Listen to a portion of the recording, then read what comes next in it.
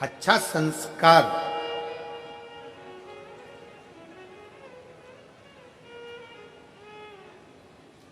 जिस गांव में पानी की कमी होती है वहां की फसल बिगड़ जाती है, और जिस घर में संस्कारों की कमी होती है वहां की नस्ल बिगड़ जाती है। संस्कारों की कमी मत आने दो और प्रयास करो।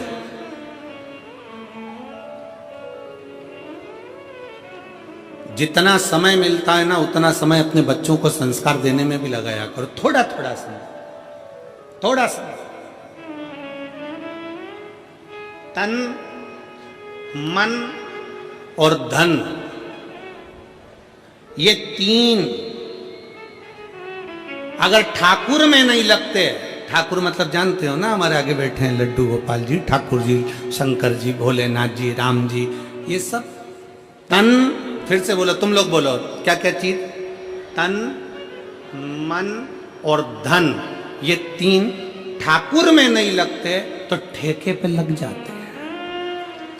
याद रखो क्या क्या चीज, जम के बोलो जरा।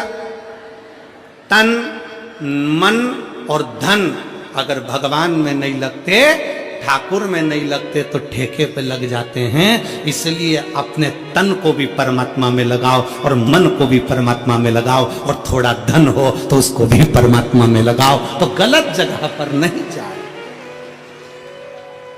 ये गलत जगह पर नहीं पहुंचे। और याद रखना, अगर घर के बच्चे तुम्हारे गलत संगति में जा रहे हैं, कहीं ठेके तक पहुंच रहे हैं, मदिरा की दुकान तक पहुंच रहे हैं, गलत व्यसन तक पहुंच रहे हैं, समझ लेना कि कहीं ना कहीं हमारी चूक हो रही है।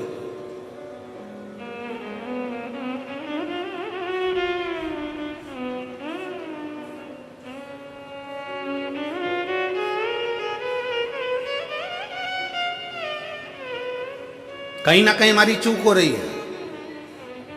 जब माता सती भगवान शंकर से विवाह करती हैं, जब माता सती भगवान शिव से विवाह करती हैं, तो भगवान शंकर से विवाह कर कर माता सती बड़े प्रेम से, आनंद से, उत्साह से, आनंद के साथ रहती हैं।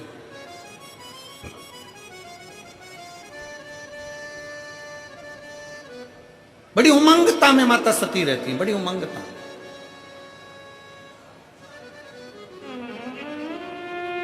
और शिव महापुराण की कथा में देवी भागवत में एक प्रसंग आता है कि देवी भागवत में एक प्रसंग आकर कहा जाता है कि माता सती अगर अपने परिवार के साथ भी अगर कहीं बाहर निकल कर जाती थी तो माता सती के नेत्र नीचे की नीचे ही रहते थे।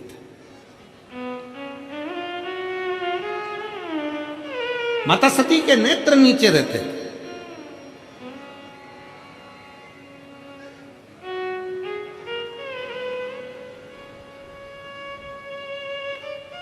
होना चाहिए। बहन, बेटी और पत्नी के नेत्र अगर झुके रहते हैं, बहन, बेटी और पत्नी के नेत्र अगर झुके हैं तो उसके घर के भाई, बाप और पति का सिर कभी नहीं झुकता है। अगर बहन, बेटी और मां, पत्नी के नेत्र झुके हुए हैं, बाजार में निकल कर जा रहे हो, सभा में जा रहे हो, आपके नेत्र अगर झुके हुए हैं, बहन के नेत्र नीचे हैं, बेटी का नेत्र नीचे है, पत्नी का नेत्र नीचे है, तो उस घर के भाई को, उस घर के पिता को और उस घर के पति को कभी माथा नीचा नहीं करना पड़ता, छाती तान कर चलता है। उसको मालूम है मेरी बहन है, उसको मालूम है मेरी बेटी है, उसको मालूम है मेरा परिवार है, उसको मालूम है कि ये मेरे अपने हैं।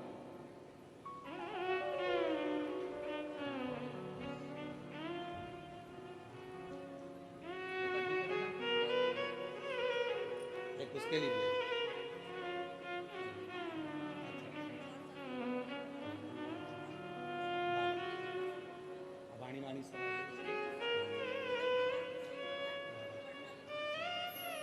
दीदी बोल रही हैं 5 साल तक कुछ नहीं बोला और ना उसका माइंड काम करा ना शरीर, पर बाबा की कृपा से अब बच्चा बोलने भी लगा, स्कूल जाने लगा, ट्यूशन जाने लगा और पढ़ने लगा और बहुत अच्छा हो गया। यही शिव कृपा। हर हर शिव तत्व की प्राप्ति। नेत्र झुके रहे और फिर निवेदन है इस व्यासपीठ के माध्यम से, आपकी दृष्टि अगर रहे तो श्रेष्ठ रहे। दृष्टि में भेद नहीं होना चाहिए, नयनों में भेद नहीं होना चाहिए।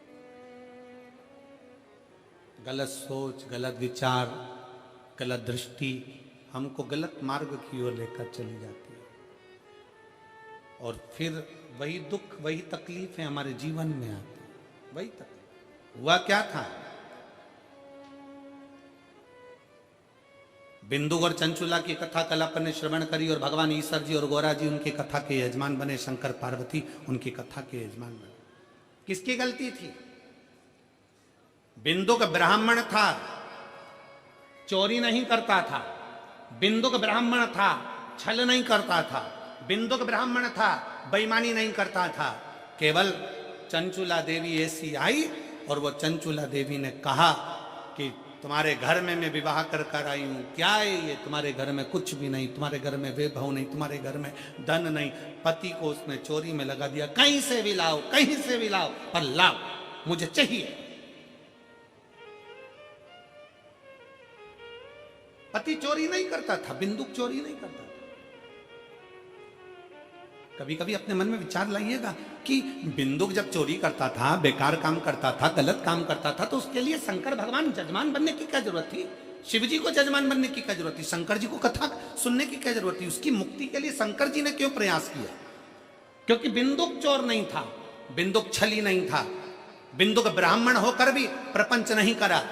पर पत्नी चंचुला ऐसी आई और उस चंचुला ने कह दिया, तुम्हारे यहाँ धन नहीं है, तुम्हारे यहाँ वैभव नहीं है, तुम्हारे यहाँ दौलत नहीं है, जाओ कहीं से भी लाओ। बिंदुक ने कहा, मैं ब्राह्मण हूं और सुन, मेरी आय इतनी नहीं है, मैं इतना नहीं कमा सकता। तो पत्नी ने कह दिया, चोरी करो ना। पर दुनिया के लोगों को यह नहीं मालूम, चोरी करने वाला हमेशा चोट्टा की चोट्टा ही रहता है। चोट्टे का कभी प्रमोशन नहीं होता। जिसका धन चले गया, उसकी अगर चेन गई, सामान गया, तो ये तो है कि बाबा उसको कहीं से कम आज नहीं तो कल, महीने 2 महीने में 3 महीने में उसको वापिस बड़ा मंगलसूत्र, वापिस बड़ी चेन भोलेनाथ उसको दिला देगा। पर चोट्टे का प्रमोशन नहीं होगा। चोट्टा चोट्टा ही रहेगा। और तुम खुद देख लो, कितने चोट्टे, कितना सामान चोरते। और आप लोगों से हम बार बार व्यासपीठ से कहते हैं, बार बार निवेदन करते हैं, जितनी कथा होती है हर कथा में कहते हैं, अपनी चेन, कीमती सामान, मंगलसूत्र, अपने मोबाइल, कीमती कीमती सामान, डायमंड, हीरा, सोना, चांदी, सब अपने घर छोड़कर आओ। क्योंकि जो डायमंड से बड़ा डायमंड है मेरा शंकर ओगड़दानी त्रिकालदर्शी कैलाशी, उसकी कथा सुनने के लिए जा रहे। अपना जेवर अपने घर, 2 चीजें अपने घर में रखो कथा में आने से पहले, एक जेवर, दूसरा तेवर। तुम कितने बड़े भी कुछ भी हो, अपने घर के हो, या तेवर भी मत दिखाओ कथा में आने के बाद। तुम मुझे जानते नहीं हो, फोन लगाता हूं, अब भी आगे बैठने की व्यवस्था करवाता हूं, तो जेवर और तेवर दोनों घर रखिए। शिव महापुराण की कथा में ना जेवर की जरूरत है, और जम के बोल दो जरा, ना तेवर की जरूरत है। तुम्हारी पहचान होगी किसी से भी, हमारी पहचान तो उससे है जो शमशान में रहता है, सीधा, उससे सीधी पहचान है।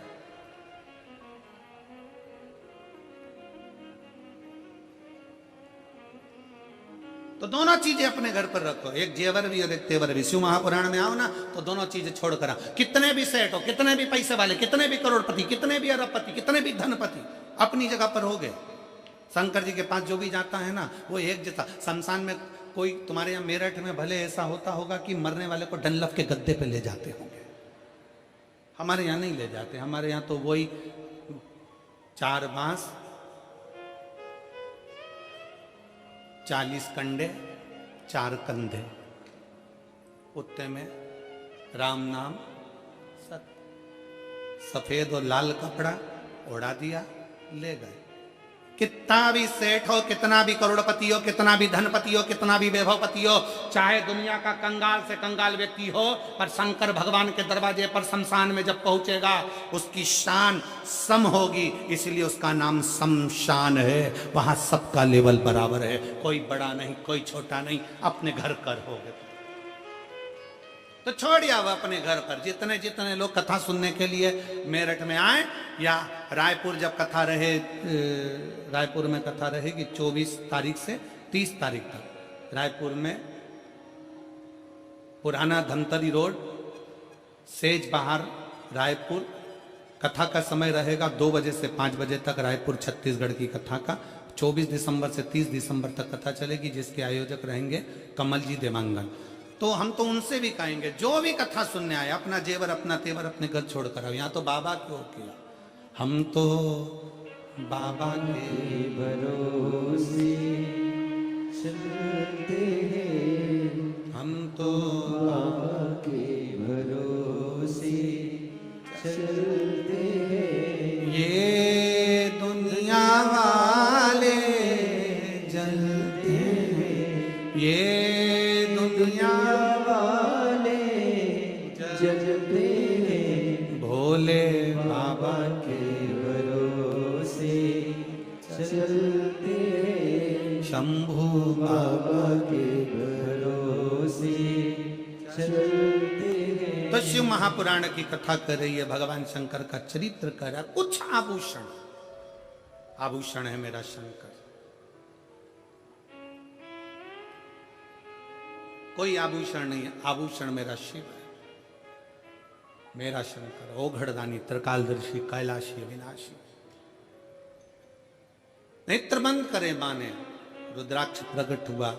रुद्राक्ष कोई साधारण नहीं, रुद्राक्ष शिव का एक अंश स्वरूप है, अंश स्वरूप।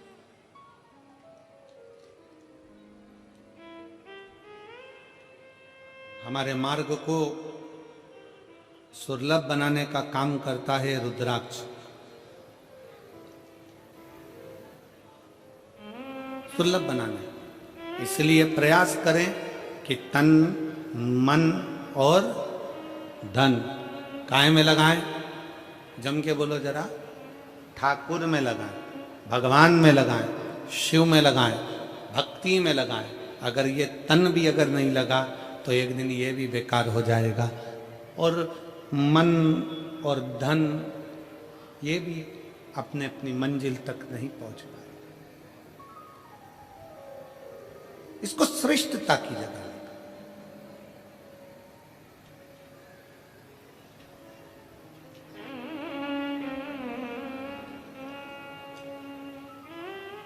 दक्ष प्रजापति ने जब माता सती का विवाह करा था भगवान शंकर के साथ में,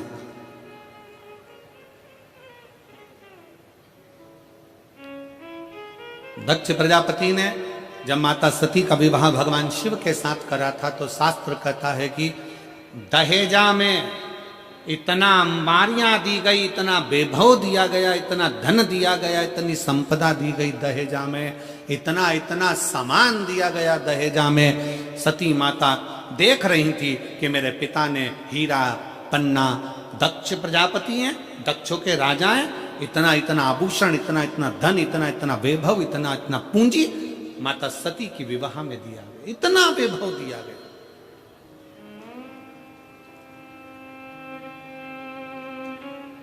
और शिव महापुराण की कथा कहती है वो सतयुग था जिसमें सती माता के कन्यादान में इतना सारा आभूषण दिया गया था, इतना सारा धन दिया गया था। वो त्रेता युग था जिसमें राम जी के विवाह के समय पर माता सीता जी को बहुत सारा दहेजा दिया गया था।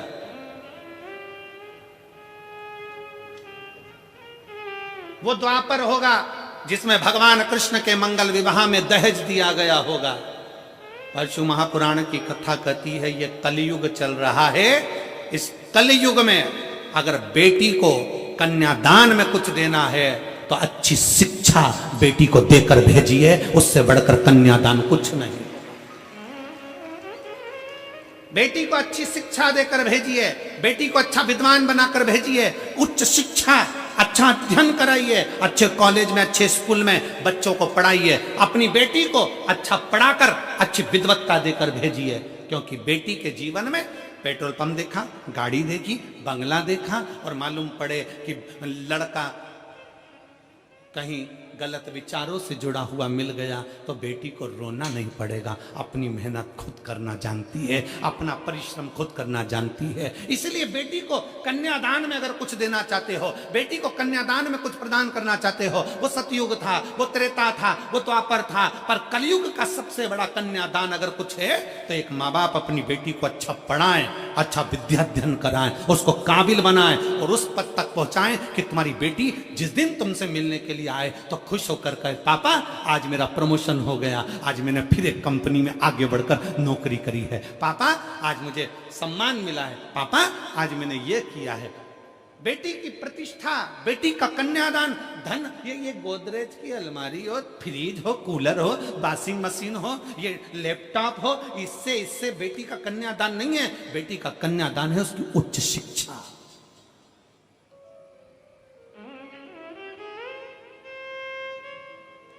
बेटी का कन्यादान है उसकी अच्छी पढ़ाई।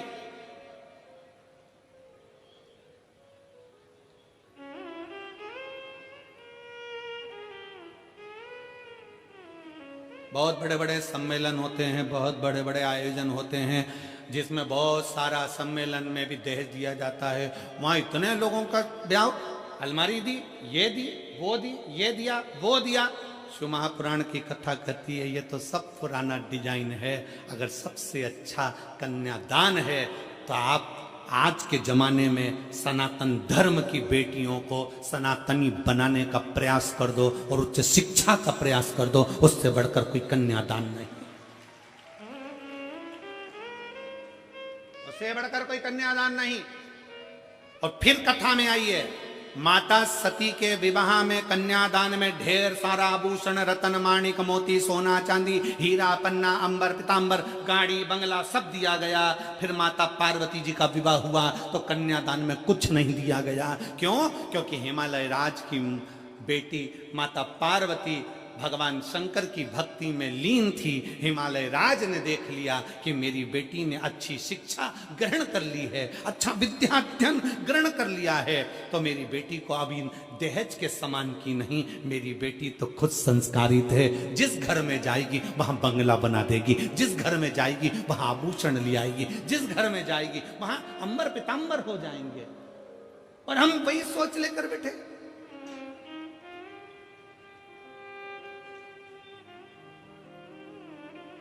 लड़का जन्म लेता है और घर के लोग जब ब्याह करने का समय आता है तो लड़के के माँ बाप भी सोचने में पड़ जाते हैं, लड़की के बाप के पास में इतना सामान है, ऐसा लगता है देगा, वो तो देगा, वो तो देगा, वो तो देगा, वो तो देगा, वो तो देगा, वो तो देगा, अंगूठी तो देगा, चेन तो देगा, घड़ी तो देगा। अरे तुम्हें सोचना चाहिए कि लड़की के बाप के पास में कितना भी सामान हो, पर मेरा लड़का इतना बोल्ड है, वो कमाकर अपनी पत्नी को देगा और हमें भी देगा। ये बोल्डता होना चाहिए।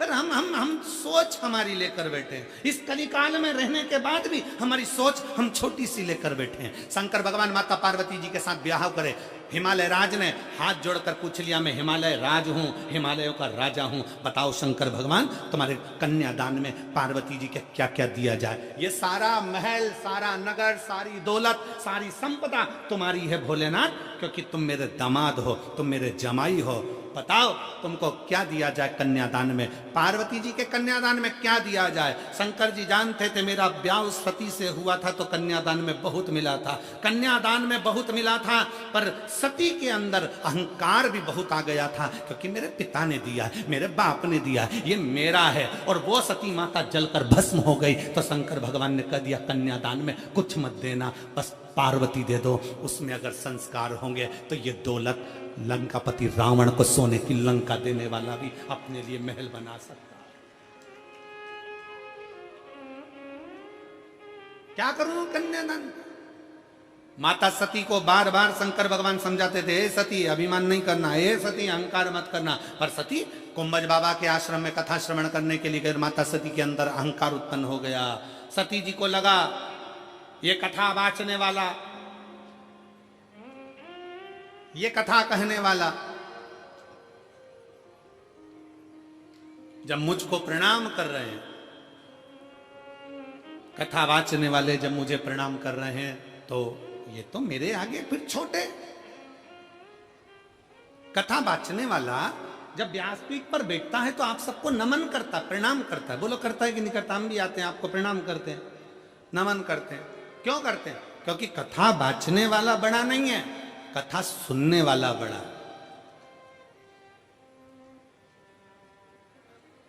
कथा वाचने वाला कभी बड़ा नहीं हो सकता, कथा सुनने वाला बड़ा। और वैसे भी सुनने वाले जितने हैं वो सब जमीन पर बैठते हैं। जमीन पर बैठते हैं तो जिनके पास जमीन होती है लोग उनको जमींदार कहते हैं। तो तुम सब जमींदार हो।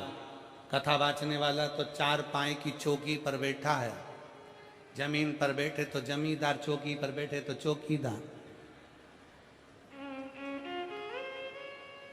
अब तुम जमींदार हो, तुम्हारी मर्जी पड़ी तो बैठे, नहीं तो उठ के चल दिए। तुम जमींदार हो, तुम्हारा मन पड़ा तो पानी की बोतल निकाली, पी गए। जमींदार हो तुम, तो जमीन पे बैठे हो बड़े आनंद से। जमींदार हो, तुम्हारा मन पड़ा तो चाय कूड़ ली, निपटा लिया। जमींदार हो तुम, तो जेब में से निकाल के मल भी लेते हो। जमींदार हो, थोड़ी देर में भजन आएगा तो फटकी भी लगा लोगे। और जैसे ही महाराज जी बोलेंगे हारा, तुम तो जमींदार। जमींदार तो कुछ भी कर सकता, बेचारा चौकीदार फंसा ना, जो हाथ जोड़ के बैठा, चौकीदार फंसा। उसको तो पूरी 3 घंटे की ड्यूटी देना है, और पूरी 3 घंटे की ड्यूटी देने के बाद फिर हाथ पैर सीधे करना है। तुम्हारा मन, तुम तो मर्जी पड़े तो कथा सुनते सुनते, और मन पड़ जाए तो फिर मोबाइल निकाल के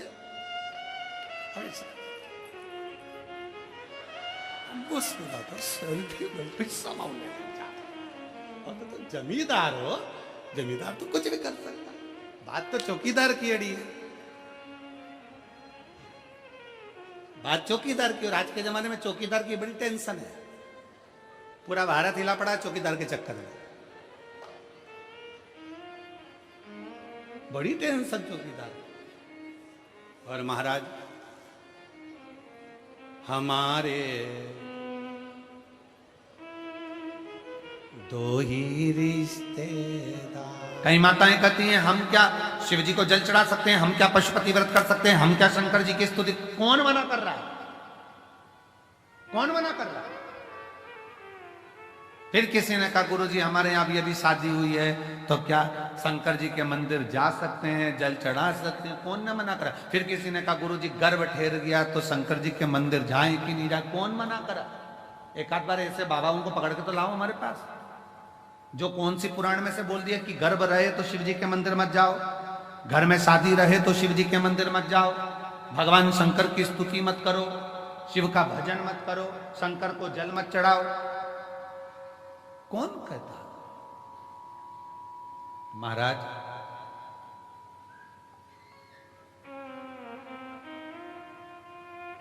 हर पल, हर घड़ी, हर क्षण शिव का नाम मुख से निकलना चाहिए, और शिव का स्मरण हर पल होना चाहिए, हर पल।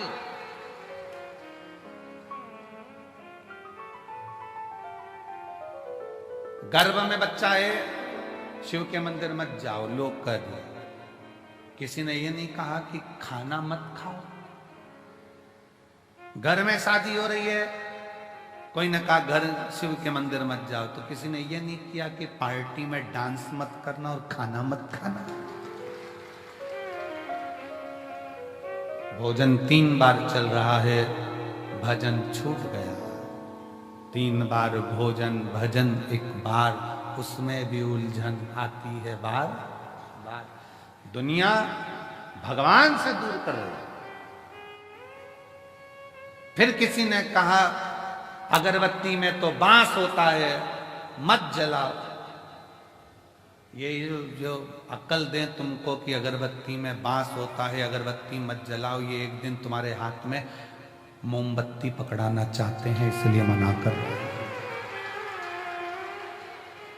ये एक दिन तुमको मंदिर से हटाकर, अब समझ गए होगे, वहां तक पहुंचाना चाहते हैं कि तुम अगरबत्ती की जगह मोमबत्ती पकड़ो और तुम मंदिर जाना छोड़ो और हफ्ते में एक बार हमारे पास आकर बैठो। कोई विरोध नहीं है, तुम्हारा दिल करे। अरे अगरबत्ती के पीछे पड़े हो, वो मुंह में रखने वाली बत्ती के पीछे पड़ो ना। कि सिगरेट मत पियो, बीड़ी मत पियो, गांजा मत पियो, चिलम मत लगाओ, उसका विरोध करो। उसका विरोध नहीं करते। फिर कह दिया कि बेलपत्री मत खाओ, शंकर पे चढ़ा हुआ जल मत पियो। अरे वो दिन भर बैठा बैठा मलता रहता है, फटकी लगा लगा कर खाता रहता है, वो मना करो कि बेलपत्री की मना करो। शिव भक्ति में, शंकर की उदारता में, शंकर के गुणगान में, शिव के स्मरण में आडंबर नहीं चाहिए। बिल्कुल आडंबर मत करो। दिल से, तुम्हारे पास में चावल है, एक दाना चावल का चढ़ा दो। बेलपत्री नहीं है, कोई बात नहीं। धतूरा नहीं है, कोई बात नहीं। फूल नहीं है, कोई बात नहीं। चावल भी नहीं है, कोई बात नहीं। हमारे यहाँ तो कितने सुंदर सुंदर लोग भजन गाए। मन मेरा मंदिर, आंखें दिया बाती, होठों की है तालियां और बोल फूल बाती, और रोम रोम जीवा तेरा नाम पुकारती, आरती आरती। शेरा वाली है माँ तेरी आरती, जोता वाली है माँ तेरी आरती। आप दिल से भगवान का स्मरण तो करो।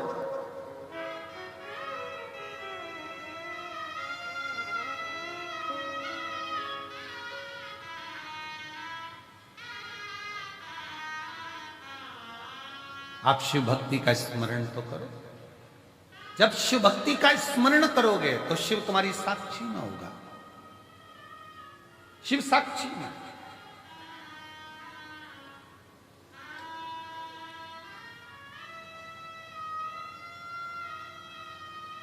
महाराज अभी परसों की बात, परसों तेल के डब्बे रखे, सबके सब डब्बे, अब ध्यान नहीं रहा कि डब्बे अंदर बचे ही नहीं तेल के, और पूरे डब्बे तेल के खत्म। थोड़ी देर बाद आशीष आए तो कहा गुरुजी वो तेल मंगवाने में, और जनता इतनी कि रोड पे से तेल मंगवाना बारी। हमने कहा बाबा सब अच्छा करे, थोड़ा सा कहो कि आराम आराम से काम करो, तेल आता होगा।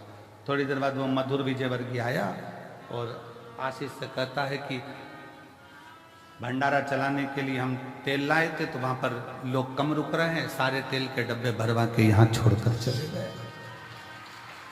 शिव तत्व किसको कहते हैं? शंकर की शरणागति किसको कहते हैं? अगर आपका विश्वास पक्का है, आपका भरोसा पक्का है, आपकी दृढ़ता पक्की है, तो शिव को मिलने में देरी नहीं होगी। कल हमारे वो लखनऊ वाले यजमान जब मिल रहे थे तो कह रहे थे गुरुजी मेरे को आप पर विश्वास नहीं था, पर मेरी पत्नी ने कथा सुनना चालू करा, फिर उसने कहा एक बार ये महाराज जी को सुनो तो सही। फिर उन्होंने कहा यदि महाराज जी की कथा में बल है तो मैं बहुत टेंशन में चल रहा हूँ, मेरा ट्रांसफर अगर हो गया 3 दिन के अंदर लोटा भर जल चढ़ाने से, तो मान जाऊंगा कि शिव पुराण है। उसने 3 दिन लोटा भर जल चढ़ाया और तीसरे दिन उसके हाथ में कागज आया कि तेरा ट्रांसफर जहां चाहता था वहां हो गया। शिव तत्व किसको कहते हैं? फिर वो कहने लगे गुरुजी मैं जल चढ़ाने लगा, अभी यजमान बने, वो यहीं बैठे यजमान लखनऊ में।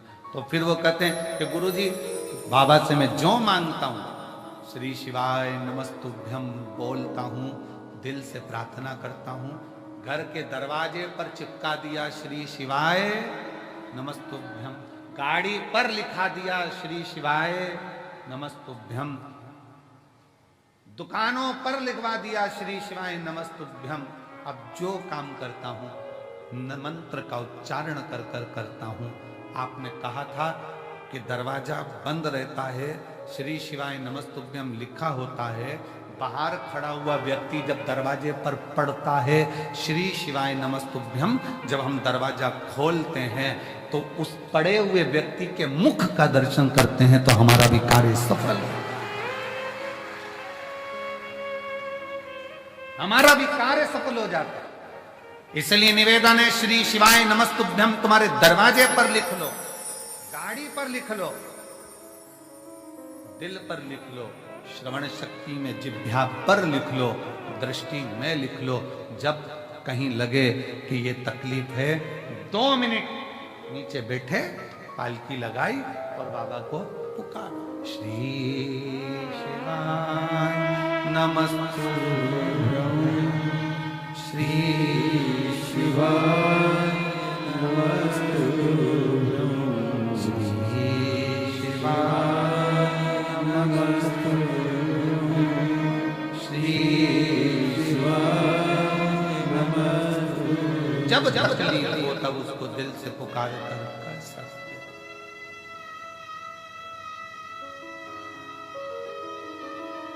तब कर सकते।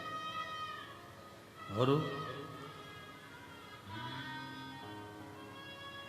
उज्जैन के राजा कभी कृपा नजरी, उज्जैन के राजा कभी कृपा नजरिया, दुखिया पे डालना रे ओ भोले बाबा।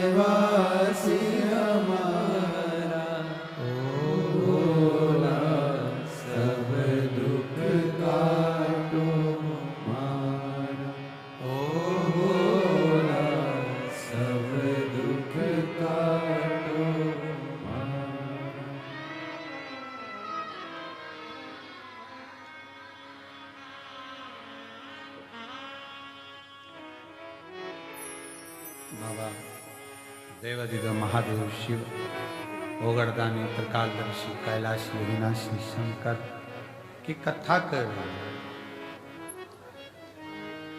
शिव महापुराण की कथा वर्णन कर रही है कि विष कैसा भी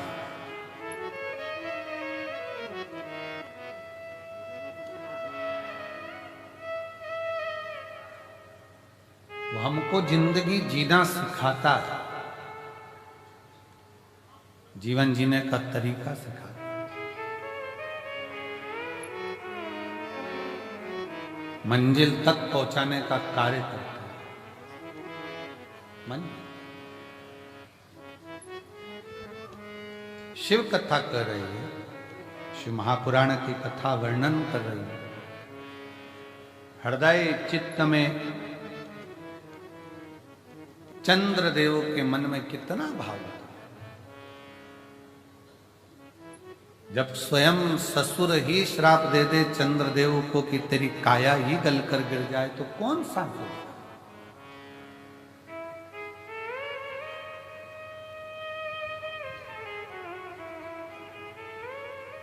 जब जिंदगी की घड़ी में तकलीफ में कष्ट में दुख सामने आकर खड़ा होता है तो सबसे पहले अपने ही साथ छोड़, अपने, कोई दूसरा छोड़ने वाला नहीं होता। तब उस जगह पर भगवान शिव की भक्ति साथ देती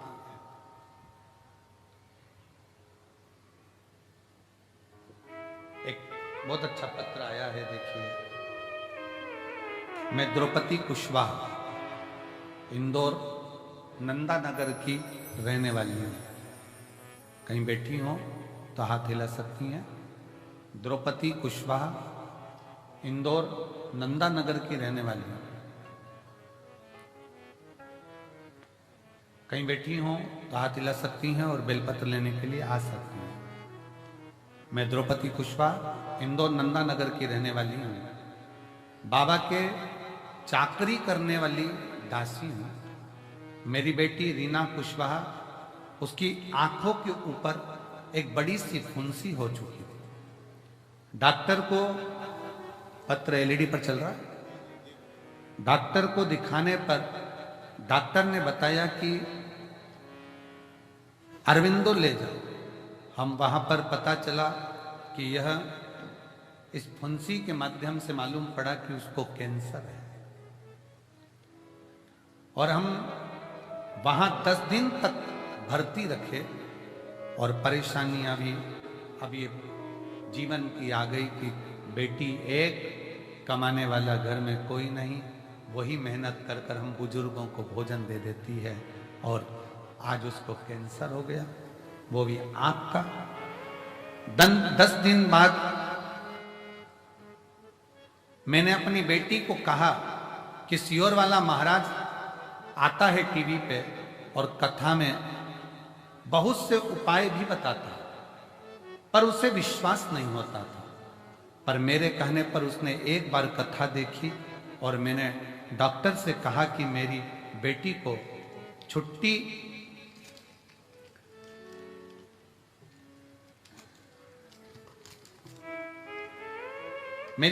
छुट्टी दीजिए।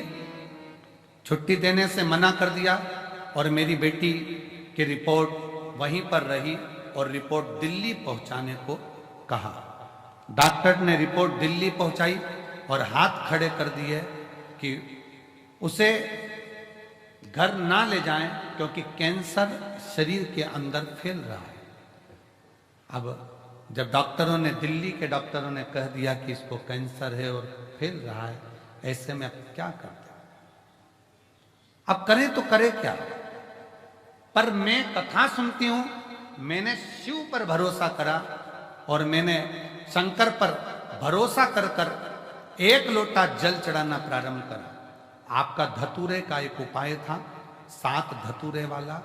मैंने उसी समय पर वो 7 धतूरे का उपाय करना प्रारंभ करा और बाबा से कहा, बाबा प्रार्थना को स्वीकार करना, मेरे घर में लक्ष्मी लाने वाला कोई नहीं है, हम बूढ़ों को भोजन बस यही कराती है, अगर ये चली गई तो हमारा पेट कौन भरेगा बाबा। तब बाबा को जल चढ़ाना प्रारंभ करा। पानी लाती, बेटी के शरीर पर लगाती। 5 दिन तक अरविंदों में फिर वापिस जांच हुई, जांच फिर दिल्ली भेजी गई और डॉक्टर को दिखाने पर पता लगा कि मेरी बेटी एकदम रोग से मुक्त हो चुकी है। और डॉक्टर को भी बड़ा आश्चर्य हुआ कि भगवान की कृपा आज भी क्या शिव भक्तों पर होती है। ये शिव तत्व। एक लाइन बहुत अच्छी लिखी है, आप और हम गुनगुनाते हैं। आप लोग एलईडी पर पहले पढ़ो, गुनगुनाओ, फिर हम चालू करेंगे।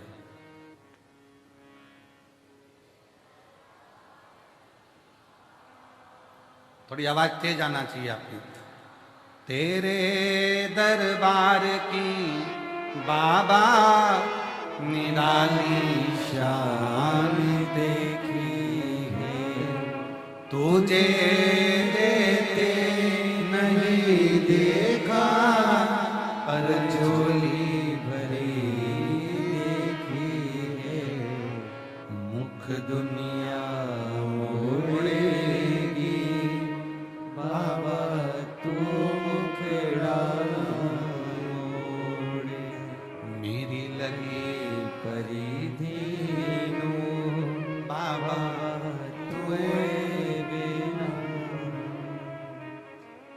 आप उससे लगन को लगाओ।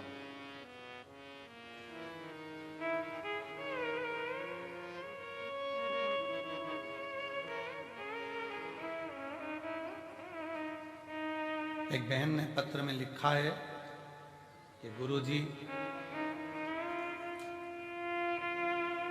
हम जोधपुर से आए हैं, ट्रेन लेट हो गई थी तो रात्रि को आरती के समय पर पहुंचे, पर अंदर नहीं आ पाए क्योंकि भीड़ बहुत ज्यादा थी। ये प्रांगण में भीड़, मंदिर में भीड़, दरवाजे दोनों बंद कर दिए गए थे क्योंकि भीड़ के कारण बस सब रोड पर थे।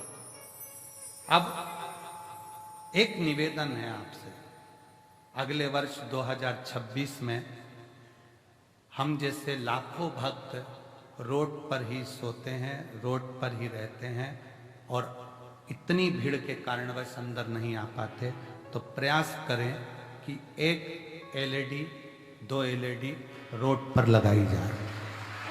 स्वीकार।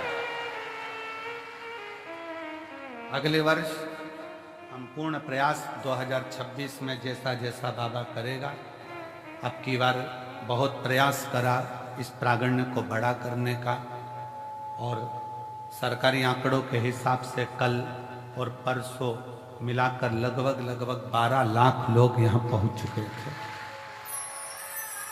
पीछे के पंडाल जिसमें भोजन कराते हैं वो से लेकर वहाँ तक आप नज़ारा देखें, और जिन्होंने नज़ारा देखा होगा उनको मालूम होगा कि प्रयागराज से ऐसा लग रहा है सारा कुंभ छोड़कर आप यहाँ आ गए हो और शिव की भक्ति। आने वाला 2026 प्रयास पूरा करेंगे कि एलईडीओं की व्यवस्था रोडों पर भी करी जाए, और भी व्यवस्था करते करते जितना अच्छा आप लोगों के लिए कर सकते हैं। पर विश्वास है इस वर्ष आप लोगों को कोई तकलीफ नहीं हुई होगी, ऐसा भरोसा है बाबा के भक्ति पर कि प्रयास करा गया कि सबका मन होता है यहीं रुकना, यहीं खाना, यहीं रहना, तो उसको बढ़ाया गया। और यहाँ के कलेक्टर महोदय बाला गुरु जी ने, यहाँ के एसपी महोदय श्री दीपक कुमार शुक्ला जी ने, और यहाँ के एसडीएम तन्मय वर्मा जी ने, लोक निर्माण विभाग ने, नगर पालिका ने, चिकित्सा विभाग ने, विद्युत विभाग ने बहुत सुंदर व्यवस्था यहाँ करवाई है, जिससे कि लोगों को बहुत अच्छे से इस कुंभ का आनंद ले सके। ये रुद्राक्ष महोत्सव, इस पर पूरे भारत की दृष्टि होती है, पूरे भारत। जरा विचार करिएगा कि सीहोर का रुद्राक्ष, कुबेरेश्वर धाम का रुद्राक्ष जब दिल्ली और बड़ी बड़ी यूनिवर्सिटियों के अंतर्गत उस पर रिसर्च चल रहा है, तो विचार करिएगा कि इस रुद्राक्ष उत्सव पर कितनी दृष्टि लगी होगी कि रुद्राक्ष उत्सव है।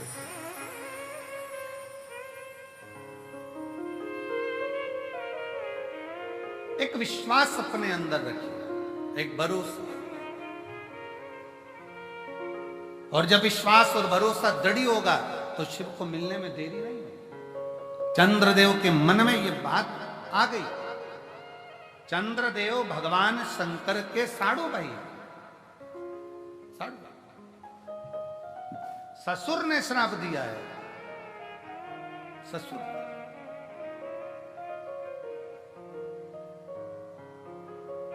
और जब ससुर ने श्राप दिया, परंतु एक बात याद रखो, श्राप कोई भी दे, और अगर आप फिर निवेदन करेंगे कि ये कली काल चल रहा है, घोर कलयुग, इस कलयुग में सतयुग जैसा पैदा होना कठिन है। इस सतयुग जैसा पैदा होना कठिन है। कलयुग में एक चीज का स्मरण करिए कि बस किसी का दिल ना दुखाया जाए, बाकी का भगवान की भक्ति में अविरल करना। मंदिर में दिया लगाओ ना लगाओ, धूप बत्ती अगरबत्ती जलाओ ना जलाओ, भंडारा भोजन कराओ ना कराओ, पर इतना याद रखना कि किसी का दिल मत दुखा, बाकी का सब शिव जानना, सब शिव के हैं। आश्रित हो शंकर। चंद्रदेव को काया कर रोग हो गया, काया टपक रही है, गिर रही है। कौन ठीक करेगा, कौन जानेगा? एक लड़के ने एक पत्र लिखा है,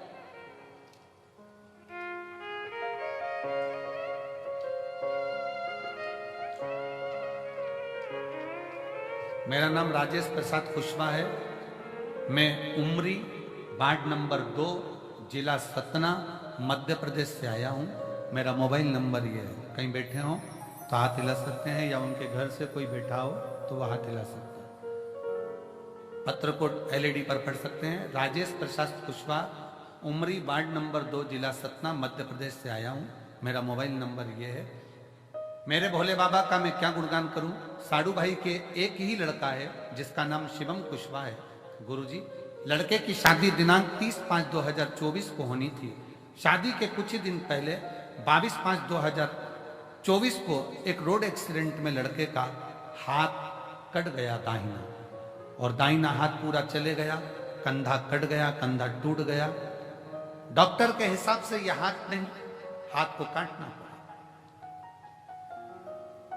सतना, रीवा, जबलपुर हर जगह पर उसका इलाज चला, पर उसका हाथ नहीं बचा।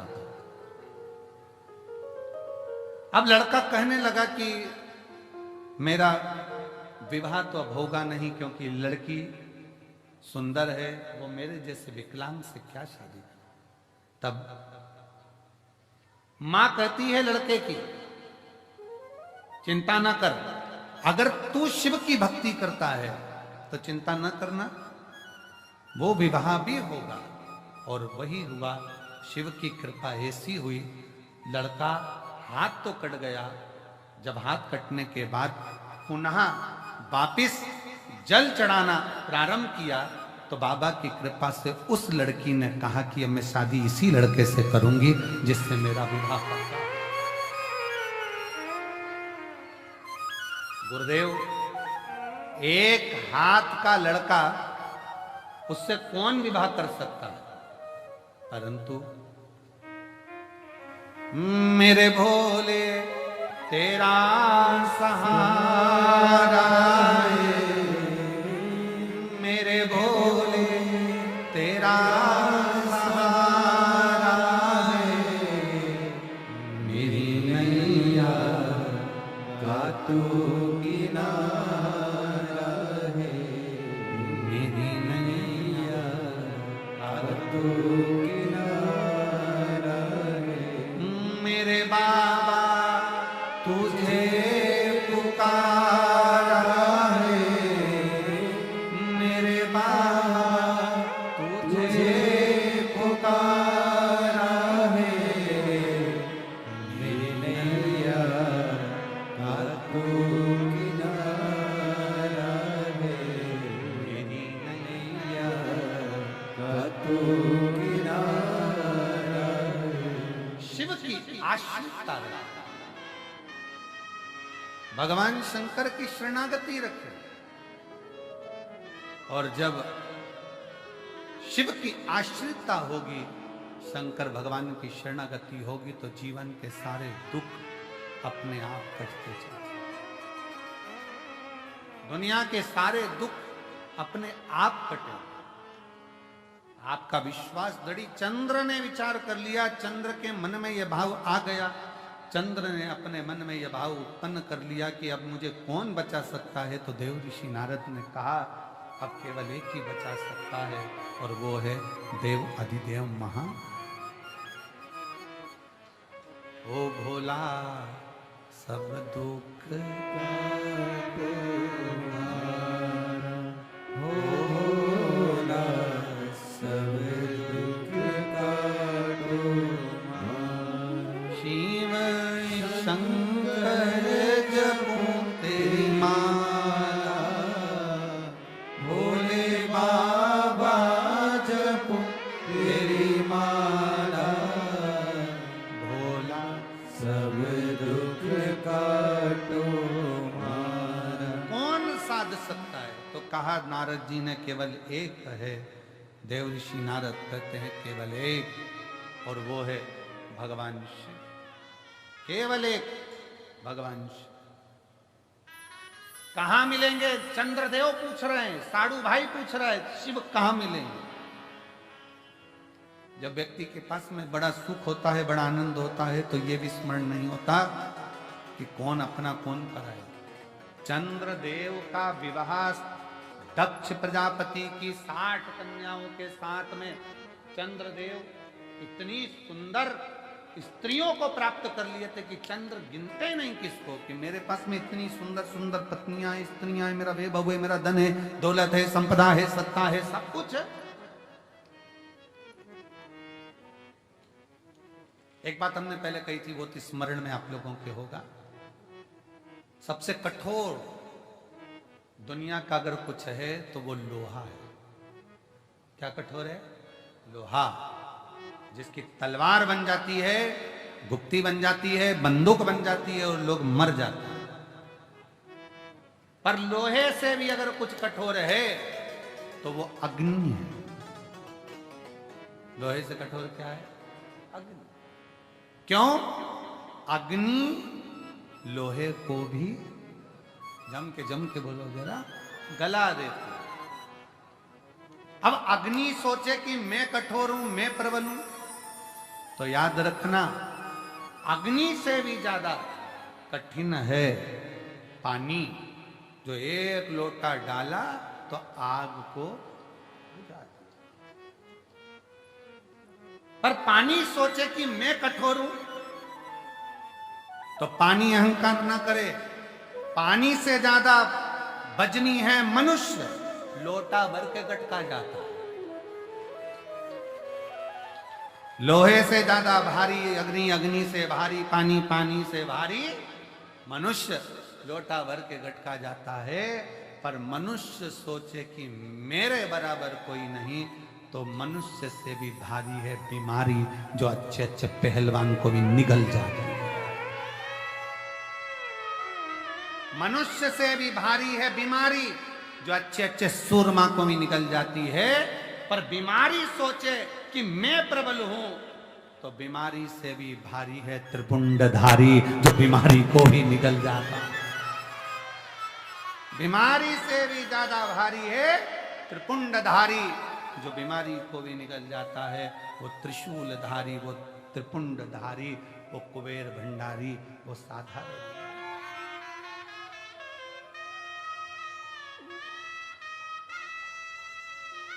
वो सहज नहीं, सरल नहीं।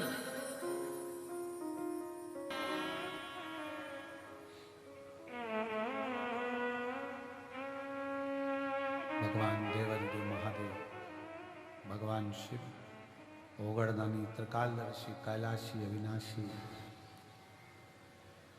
भगवान शिव की कथा कहती है। सर्वप्रथम मंथन में विष निकला, विष। फिर माणिक, मोती, औषधि, सोना, चांदी, हीरा, पन्ना, जो लक्ष्मी, सब बाद में निकला। अब विष पीने की सामर्थ्यता भी तो होना चाहिए किसी की।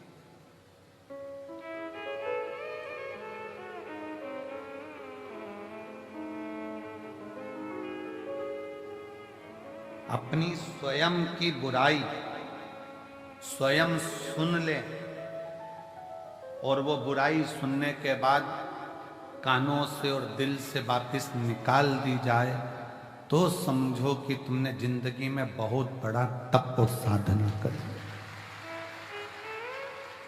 स्वयं की बुराई सुनने के बाद अगर आप शांति से अपनी जिंदगी बिल्कुल मस्त होकर जी रहे हो, बुराई पर तुमने ध्यान दिया ही नहीं, तो समझ लेना कि तुम जिंदगी के दुनिया के सबसे बड़े तपस्वी और साधक और सन्यासी। किसी ने अपशब्द कहा और तुम्हें गुस्सा आ गया, किसी ने आड़ा टेढ़ा कहा, तुम्हें क्रोध आ गया, किसी ने अपशब्द कह दिया, किसी ने ताना दे दिया, किसी ने निंदा कर दी, बुराई कर दी, और तुमने उससे अंटस फाड़ ली। उसने मेरे को ऐसा बोला था, इसको तो देखूं नहीं, इसने मेरे साथ ऐसा कर दिया, मैं इसको बोलूं नहीं। शिव महापुराण की कथा कहती है, मन में मेल ना रखिए।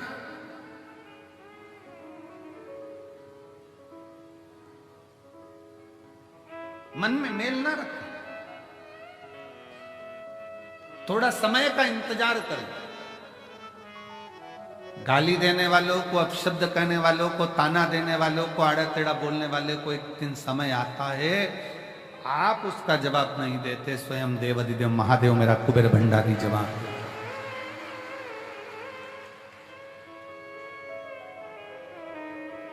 पत्नी पति दोनों चल रहे हैं, किसी ने कुछ बोल दिया पत्नी को, पत्नी जवाब नहीं देती, उसका पति जवाब देता है। उसी तरह आप जवाब नहीं देते, पशुपति नाथ जवाब देता है। समय आने, समय जवाब देगा तो शिव देगा,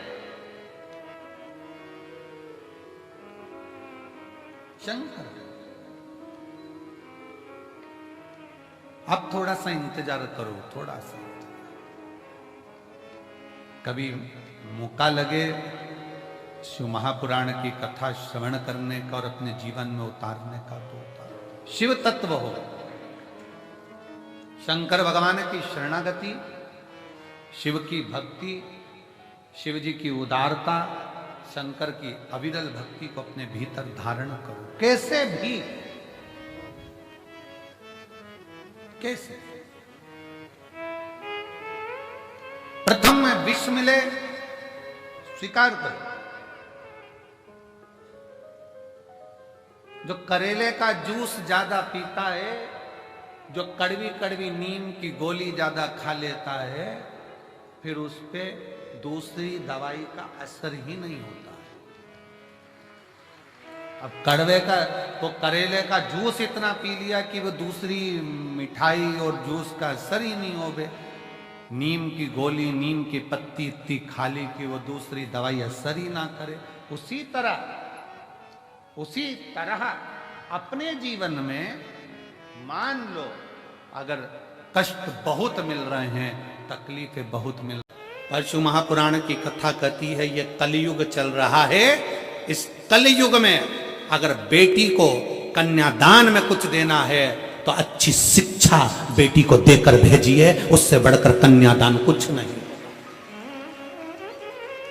बेटी को अच्छी शिक्षा देकर भेजिए, बेटी को अच्छा विद्वान बनाकर भेजिए, उच्च शिक्षा, अच्छा अध्ययन कराइए, अच्छे कॉलेज में, अच्छे स्कूल में बच्चों को पढ़ाइए। अपनी बेटी को अच्छा पढ़ाकर अच्छी विद्वत्ता देकर भेजिए, क्योंकि बेटी के जीवन में पेट्रोल पंप देखा, गाड़ी देखी, बंगला देखा, और मालूम पड़े कि लड़का कहीं गलत विचारों से जुड़ा हुआ मिल गया, तो बेटी को रोना नहीं पड़ेगा। अपनी मेहनत खुद करना जानती है, अपना परिश्रम खुद करना जानती है। इसलिए बेटी को कन्यादान में अगर कुछ देना चाहते हो, बेटी को कन्यादान में कुछ प्रदान करना चाहते हो, वो सतयुग था, वो त्रेता था, वो द्वापर था, पर कलयुग का सबसे बड़ा कन्यादान अगर कुछ है तो एक माँ बाप अपनी बेटी को अच्छा पढ़ाएं, अच्छा विद्याध्ययन कराएं, उसको काबिल बनाएं और उस पद तक पहुंचाएं कि तुम्हारी बेटी जिस दिन तुमसे मिलने के लिए आए तो खुश होकर कहे, पापा आज मेरा प्रमोशन हो गया, आज मैंने फिर एक कंपनी में आगे बढ़कर नौकरी करी है, पापा आज मुझे सम्मान मिला है, पापा आज मैंने ये किया है। बेटी की प्रतिष्ठा, बेटी का कन्यादान, धन, ये गोदरेज की अलमारी हो, फ्रिज हो, कूलर हो, वॉशिंग मशीन हो, ये लैपटॉप हो, इससे बेटी का कन्यादान नहीं है। बेटी का कन्यादान है उसकी उच्च शिक्षा।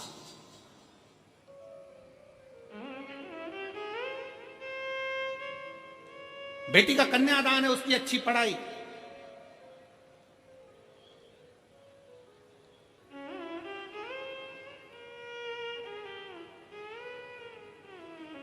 बहुत बड़े बड़े सम्मेलन होते हैं, बहुत बड़े बड़े आयोजन होते हैं, जिसमें बहुत सारा सम्मेलन में भी दहेज दिया जाता है। वहाँ इतने लोगों का ब्याह, अलमारी दी, ये दी, वो दी, ये दिया, वो दिया।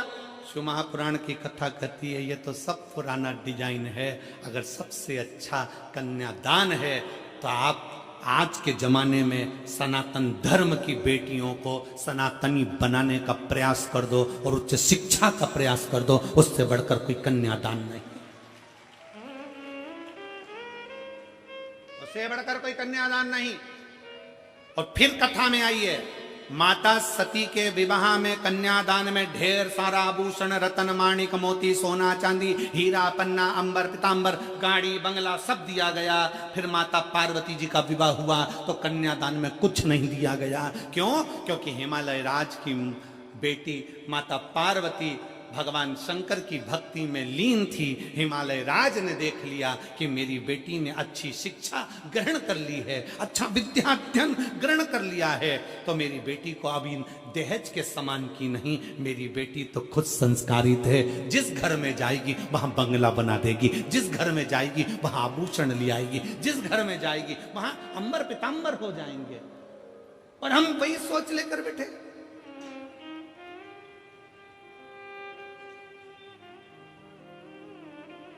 लड़का जन्म लेता है और घर के लोग जब ब्याह करने का समय आता है तो लड़के के माँ बाप भी सोचने में पड़ जाते हैं, लड़की के बाप के पास में इतना सामान है, ऐसा लगता है देगा, वो तो देगा, वो तो देगा, वो तो देगा, वो तो देगा, वो तो देगा, वो तो देगा, अंगूठी तो देगा, चेन तो देगा, घड़ी तो देगा। अरे तुम्हें सोचना चाहिए कि लड़की के बाप के पास में कितना भी सामान हो, पर मेरा लड़का इतना बोल्ड है, वो कमाकर अपनी पत्नी को देगा और हमें भी देगा। ये बोल्डता होना चाहिए।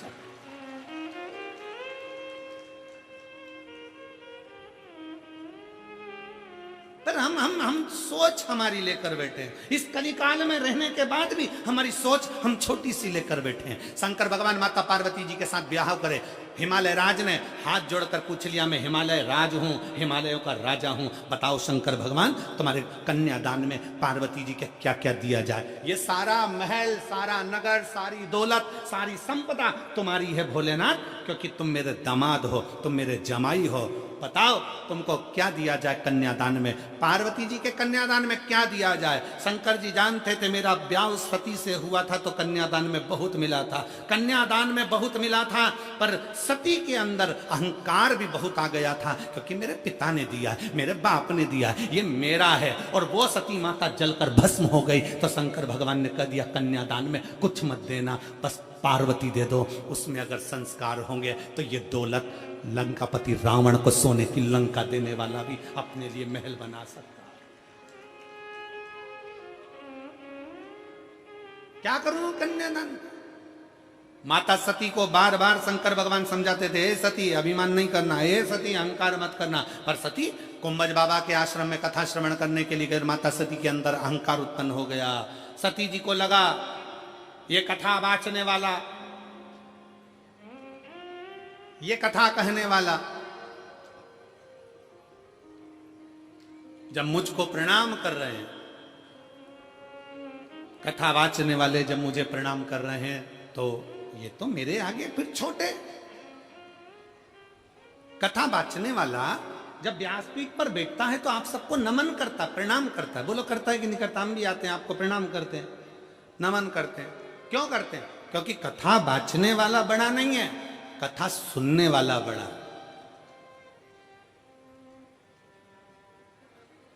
कथा वाचने वाला कभी बड़ा नहीं हो सकता, कथा सुनने वाला बड़ा। और वैसे भी सुनने वाले जितने हैं वो सब जमीन पर बैठते हैं। जमीन पर बैठते हैं तो जिनके पास जमीन होती है लोग उनको जमींदार कहते हैं। तो तुम सब जमींदार हो। कथा वाचने वाला तो चार पाए की चौकी पर बैठा है, जमीन पर बैठे तो जमींदार, चौकी पर बैठे तो चौकीदार। अब तुम जमींदार हो, तुम्हारी मर्जी पड़ी तो बैठे, नहीं तो उठ के चल दिए। तुम जमींदार हो, तुम्हारा मन पड़ा तो पानी की बोतल निकाली पी गए। जमींदार हो तुम, तो जमीन पे बैठे हो बड़े आनंद से। जमींदार हो, तुम्हारा मन पड़ा तो चाय कूड़ ली, निपटा लिए। जमींदार हो तुम, तो जेब में से निकाल के मल भी लेते हो। जमींदार और थोड़ी देर में भजन आएगा तो फटकी भी लगा लोगे। और जैसे ही महाराज जी बोलेंगे हारा, तुम तो जमींदार। जमींदार तो कुछ भी कर सकता, बेचारा चौकीदार फंसा ना, जो हाथ जोड़ के बैठा, चौकीदार फंसा। उसको तो पूरी 3 घंटे की ड्यूटी देना है, और पूरी 3 घंटे की ड्यूटी देने के बाद फिर हाथ पैर सीधे करना है। तुम्हारा मन, तुम तो मर्जी पड़े तो कथा सुनते सुनते, और मन पड़ जाए तो फिर मोबाइल निकाल के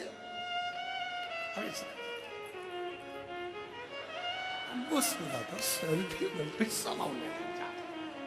तो जमींदार हो, जमींदार तो कुछ भी कर सकता, बात तो चौकीदार की अड़ी है, बात चौकीदार की। और आज के जमाने में चौकीदार की बड़ी टेंशन है, पूरा भारत हिला पड़ा है चौकीदार के चक्कर में, बड़ी टेंशन चौकीदार। और महाराज अपने मन की बात बड़े भाव के साथ दिल से बाबा को प्रार्थना करिए, जहां जगह मिले वहां बैठकर बाबा को अपने भाव व्यक्त करिए।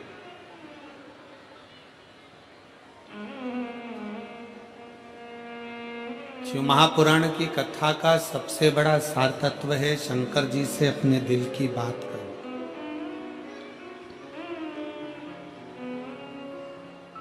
दिल से बाबा को प्रार्थना करो, दिल से बाबा को निवेदन करो।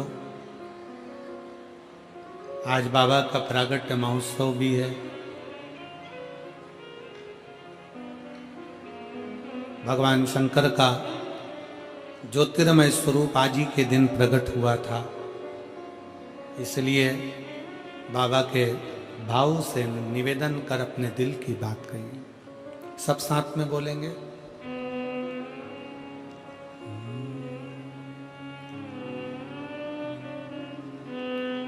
श्री शिवाय नमस्तुभ्यं। श्री शिवाय नमस्तुभ्यं। श्री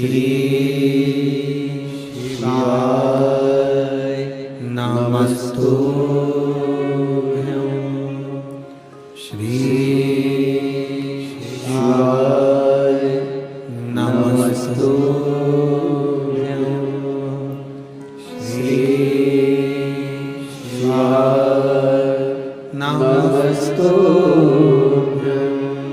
भोला सब दुख काटो मारा, भोला सब दुख काटो मारा।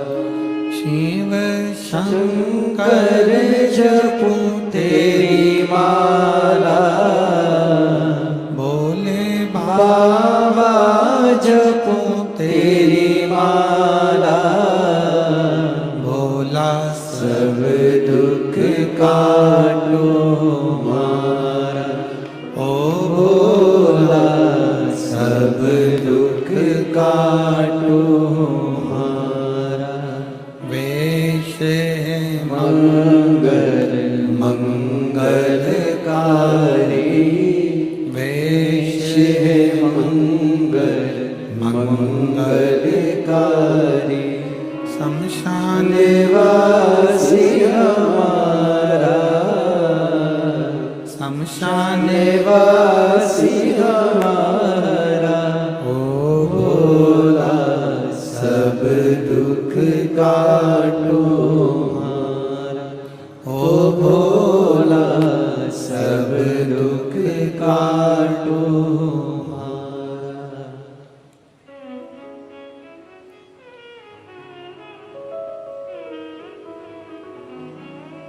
भगवान ओगड़दानी त्रिकालदर्शी कैलाशी विनाशी शिव की कथा कर रहे हैं।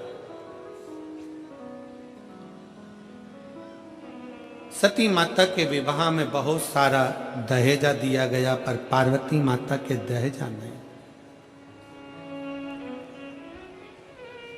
अच्छा संस्कार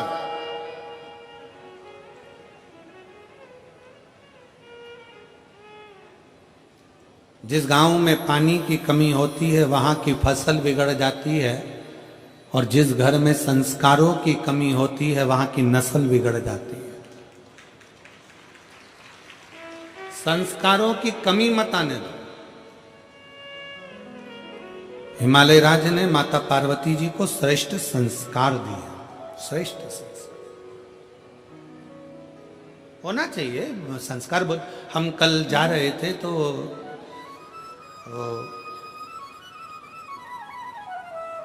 संदीप गोयल जी के बेटे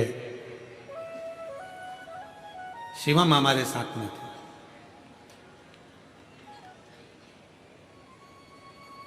तो हमने शिवम से पूछा, क्यों बाबू कितने भाई हो? कहे गुरुजी 2, एक कारण एक शिव। हमने कहा ठीक। फिर गाड़ी चलाते चलाते हमने पूछा, दोनों की शादी हो गई? कहा हो। ठीक।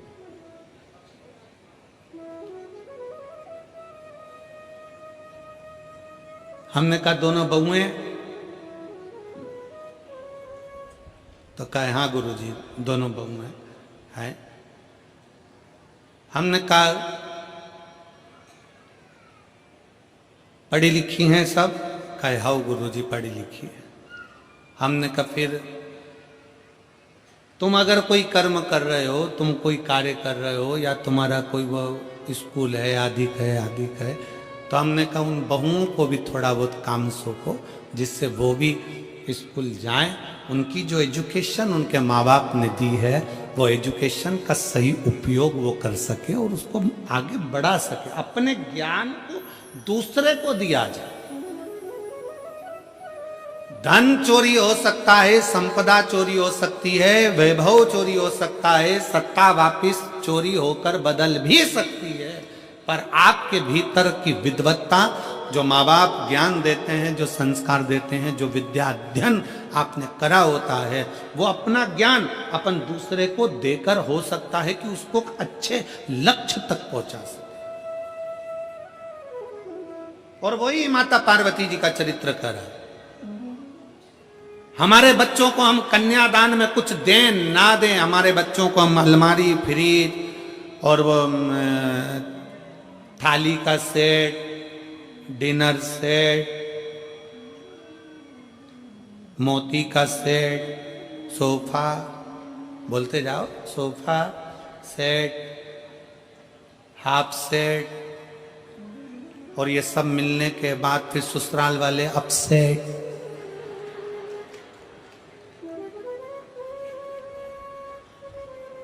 ये सेट देने से अच्छा है अपने बच्चों की विद्या पर ध्यान दिया जाए, शिक्षा पर ध्यान दिया जाए। शिक्षा पर बहुत जरूरी। मेरे शंकर भगवान की धर्मपत्नी माता पार्वती, शास्त्र कहता है मां ब्रह्माणी, ब्रह्मा जी की धर्मपत्नी माता सरस्वती स्वयं सामने आकर खड़ी हो जाती थी, और पार्वती मैया सम्मुख में आकर जब शब्दों का उच्चारण करना प्रारंभ करती थी तो माता सरस्वती भी स्थिर होकर देखती थी।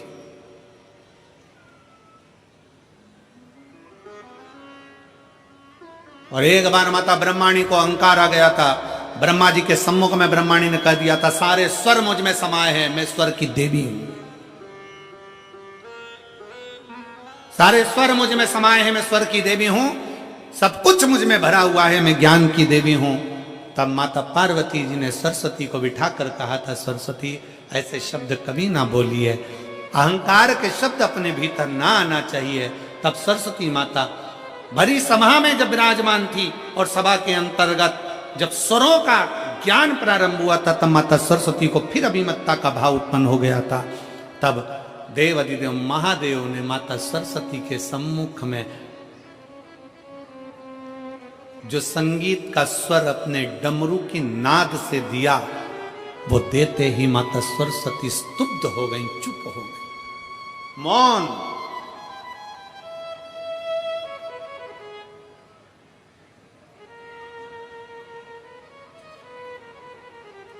सरस्वती माता मौन हो जाती है, एकदम चुप, स्तुप्त। और आज भी मेरे शंकर भगवान को अगर संगीत का कहीं क्रम होता है, नृत्य का कहीं क्रम होता है, तो सबसे ज्यादा किसकी मूर्ति रखाती है? नटराज की।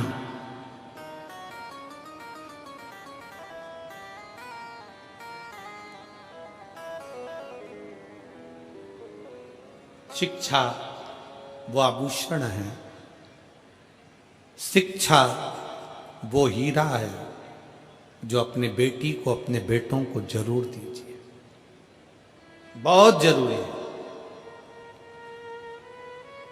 और उस शिक्षा का जब आभूषण आपके बच्चों के अंतर्गत आएगा, तो जैसे अभी कथा में कहा था कि तन मन धन तीनों परमात्मा में लगाओ, ठाकुर में लगाओ, शिव में लगाओ, नहीं तो ये ठेके में चला जाएगा। इसलिए संस्कार अगर अच्छे हैं, शिक्षा अगर अच्छी है, विद्वत्ता अगर अच्छी है, तो निश्चित है हमारे घर के बच्चे कभी भी गलत जगह पर नहीं जाएंगे और वो सत्मार्ग की ओर बढ़ते चले जाएंगे। शिक्षा सीखो उनसे। पार्वती मैया को कहा हिमालय राज बोले क्या दें हम आपको, क्या प्रदान करें हम आपको, आप ले लीजिए, इतना धन वैभव संपदा सब है, ये पूरा महल भरा पड़ा है, हिमालय राज का पूरा नगर बड़ा पड़ा हुआ है, ढेर सारा सामान बड़ा पड़ा हुआ है, ले जाओ इसको। शंकर भगवान बोले नहीं, मुझे ये नहीं चाहिए, मुझे केवल पार्वती चाहिए। क्यों? क्योंकि शंकर जी जानते थे कि पार्वती जी ने व्रत तप साधना करी है, वो मुझे पाने के लिए करी है, और व्रत तप साधना जब मुझे पाने के लिए करी है, तो पार्वती मेरे लिए आ रही है, मैं उसके लिए। आज के जमाने में तो शादी में कितना कितना दूल्हा दुल्हन के लिए रात भर, अभी शादियों का सीजन चल रहा है, रात को 9-9 बजे से माताएं ढोलक ले लेके बैठती हैं, लड़के के शादी में खूब गाती हैं बन्ना जी बन्ना जी बन्ना जी। बोलो गाती कि नहीं गाती? अरे बोलो तो जम के गाती ना। और लड़की के यहाँ गाते हैं बनी जी बनी जी बनी जी। बना बनी का मतलब है कि दोनों में बन के रहे, और दोनों में नहीं बनी तो काहे का बना और काहे की बनी, उसका मतलब ही क्या हुआ? और तुम ढोलक पीट पीट के गा रही बना जी दिल्ली जाना जी, वहां से लहंगा लाना जी, बन्नी फिर पहन के आएगी, फिर यूं इठलाएगी, फिर यूं फरमाएगी कि झुमका गिरा रहे। क्या मतलब? मतलब क्या हुआ ये बताओ।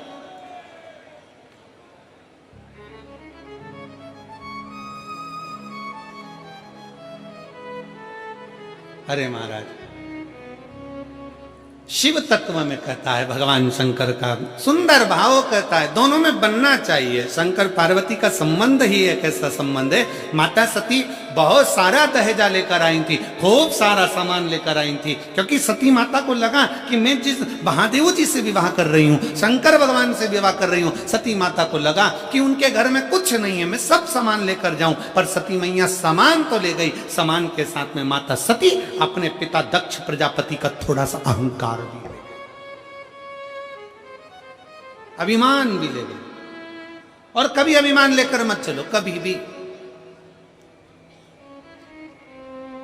उस अभिमान को छोड़कर चलो। हम यजमान परिवार आशीष जी बंसल जी को इस बात के लिए धन्यवाद देंगे। आशीष बंसल जी जितनी बार सीओर आए, जितनी बार एक दो कथा में भी उनसे मिलना हुआ, तो उन्होंने, हमने जब बातचीत हुई तो उनके शब्दों में हमको एक बात अच्छी लगी कि वो हमेशा एक ही बात कहते थे, गुरुजी हम पूछते मेरठ में व्यवस्था, तो कहे गुरुजी सब भोलेनाथ बैठा है सब करेगा, शंकर जी बैठा है सब करेगा, और हमारी जो समिति है केदारेश्वर समिति, गुरुजी बहुत बोल्ड है। उन्होंने ये नहीं कहा कि हम बोल्ड है, उन्होंने ये नहीं कहा कि हम जजमान कर लें या ये कर लें, उन्होंने कहा गुरुजी हमारी केदारेश्वर समिति बहुत बोल्ड है, वो सब कर सकती है, आप चिंता ना करें। शंकर का नाम ही उनकी समिति का है, आप चिंता ना करें, सब होगा। इसको कहते हैं समर्पण, अभिमत्ता को त्याग कर शिव तत्व की प्राप्ति, अहंकार को पटक कर शंकर की प्राप्ति। सती मैया लेकर गई सामान, तो सामान के साथ में ले गई थोड़ा सा अभिमान। इसीलिए फिर निवेदन है, जितने भक्त शिव महापुराण की कथा को आस्था चैनल के माध्यम से सुन रहे हैं, टीवी चैनल के माध्यम से सुन रहे हैं, फेसबुक यूट्यूब के माध्यम से सुन रहे हैं, और इस मेरठ की पवित्र भूमि से सुन रहे हैं, आपसे निवेदन है बहू लाना तो कार वाली नहीं, बहू लाना तो संस्कार वाली लाना जो हमारे को लेकर चले। हो सकता है कार के साथ थोड़ा सा अहंकार आ जाए, हो सकता है कार के साथ थोड़ा सा अहंकार आ जाए, पर शिव पुराण कहती है कि संस्कार के साथ कभी अहंकार नहीं आता, संस्कार के साथ संस्कार ही रहता है।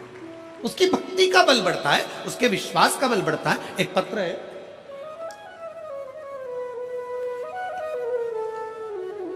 अब बजाऊं कि गाऊं?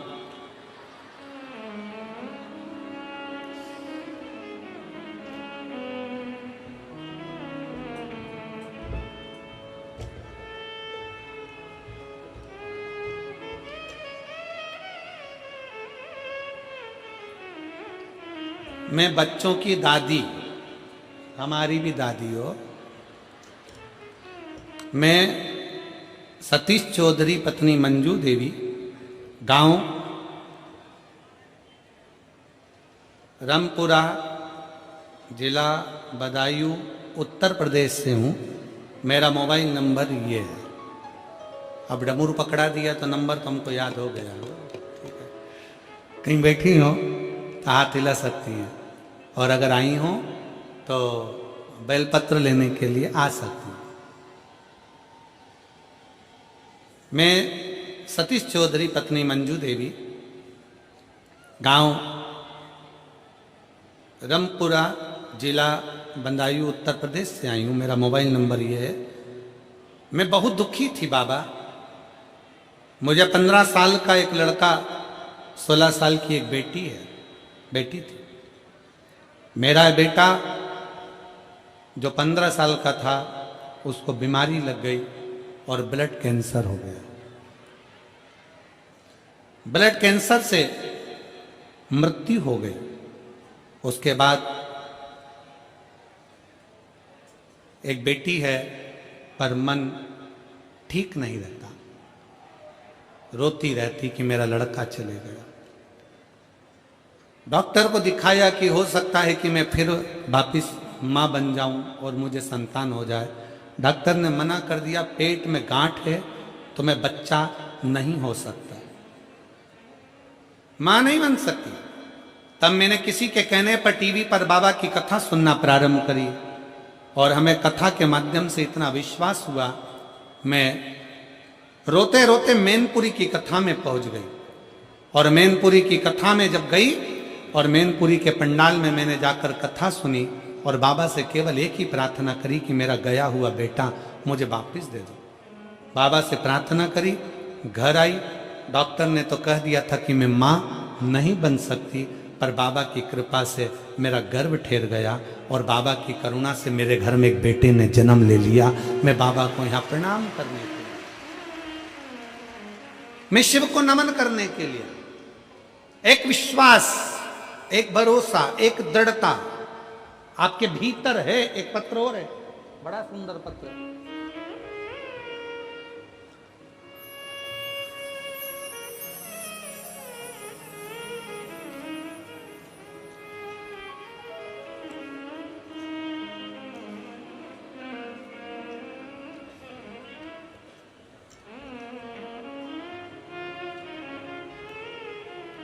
मैं ज्योति अंकुर शर्मा, जिला सहारनपुर से आई हूँ। कहीं बैठी हो तो हाथ हिला सकती हैं, अगर कहीं बैठी हो तो हाथ हिला सकती हैं, और एक बेलपत्र लेने के लिए आ सकती हैं। मैं ज्योति अंकुर शर्मा, जिला सहारनपुर से आई हूँ। एक लोटे जल का मैं क्या वर्णन करूँ गुरुदेव। हमारा जानवरों की दवाई का, वेट मेडिसिन का अपना व्यापार था। कोरोना महामारी के दौरान व्यापार बंद हो गया। उसके बाद हमसे नौकरी लगवाने के नाम पर एक आदमी ने पैसे ले लिए और भाग गया। बहुत कष्ट में थे, कर्जे में आ गए, चारों तरफ से अंधेरा छा गया, किसी भी अपने ने साथ नहीं दिया। जब बच्चे दूसरे बच्चों को देखकर कुछ भी मांगते ना, तो आंखों से आंसू आ जाते। बहुत नकारात्मकता आ गई, किसी भी चीज में मन नहीं लगता। गुरुदेव, बच्चे भूखे रहते, दूसरों का मुंह देखते, शरीर में बीमारियों ने भय लगा रहता। तब फिर मेरी मम्मी ने आपकी कथा के बारे में बताया, और हमने टीवी पर आपकी कथा सुनना प्रारंभ करी। जनवरी 2024 में मेरे पति के मामा जी सीहोर से कंकर शंकर लेकर आए और मेरे पति रोजाना 1 लोटा जल शिवजी को चढ़ाते। हमने शिवरात्रि पर पार्थिव शिवलिंग का निर्माण भी किया, ऑनलाइन अभिषेक किया और बाबा की बेलपत्र को रख लिया। बाबा से बस प्रार्थना करी और बाबा ने सुनी।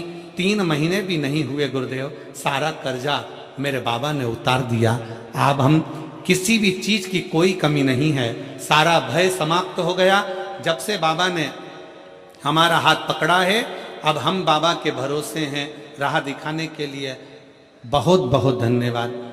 और लाइन अच्छी लिखी है, उसका स्मरण आप और हम करें। भोले बाबा तेरी नौकरी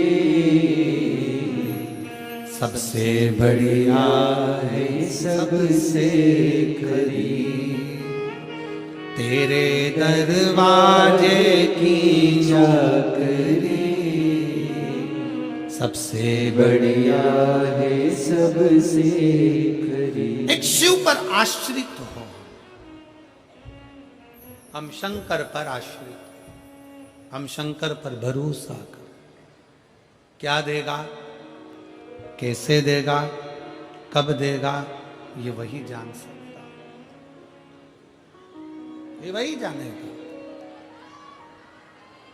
हम नहीं जान सकते कि कौन क्या दे रहा है, कैसा दे रहा है। ये उसके ऊपर निर्भर करता है, उसके ऊपर निर्भर करता है।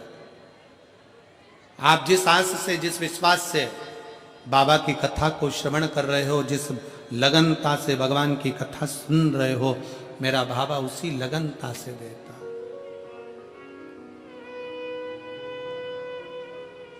के दिन की कथा कहती है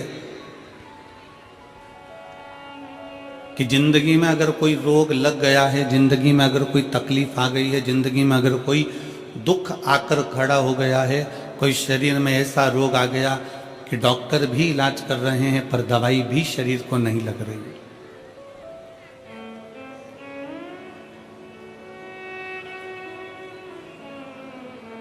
तो आज की कथा कहती है कि पानी को वाणी से अमृत बनाओ। क्या करना है, जम के बोलो जरा। पानी को वाणी से अमृत बनाओ। अब पानी को वाणी से अमृत कैसे बनाओगे?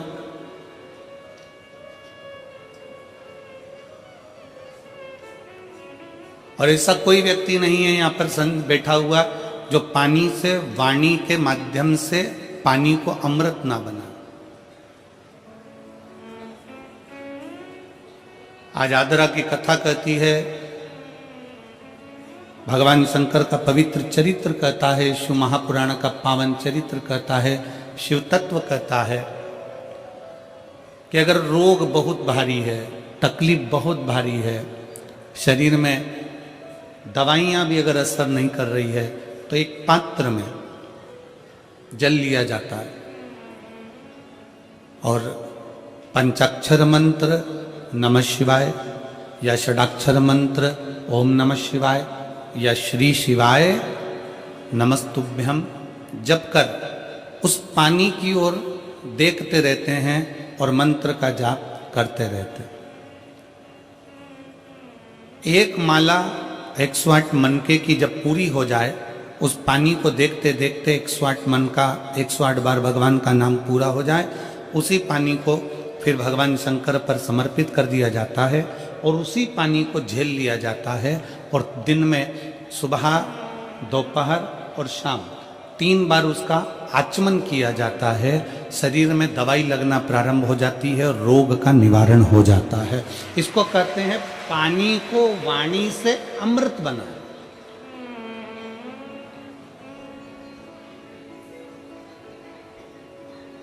इसको पानी से वाणी को एक पत्र है।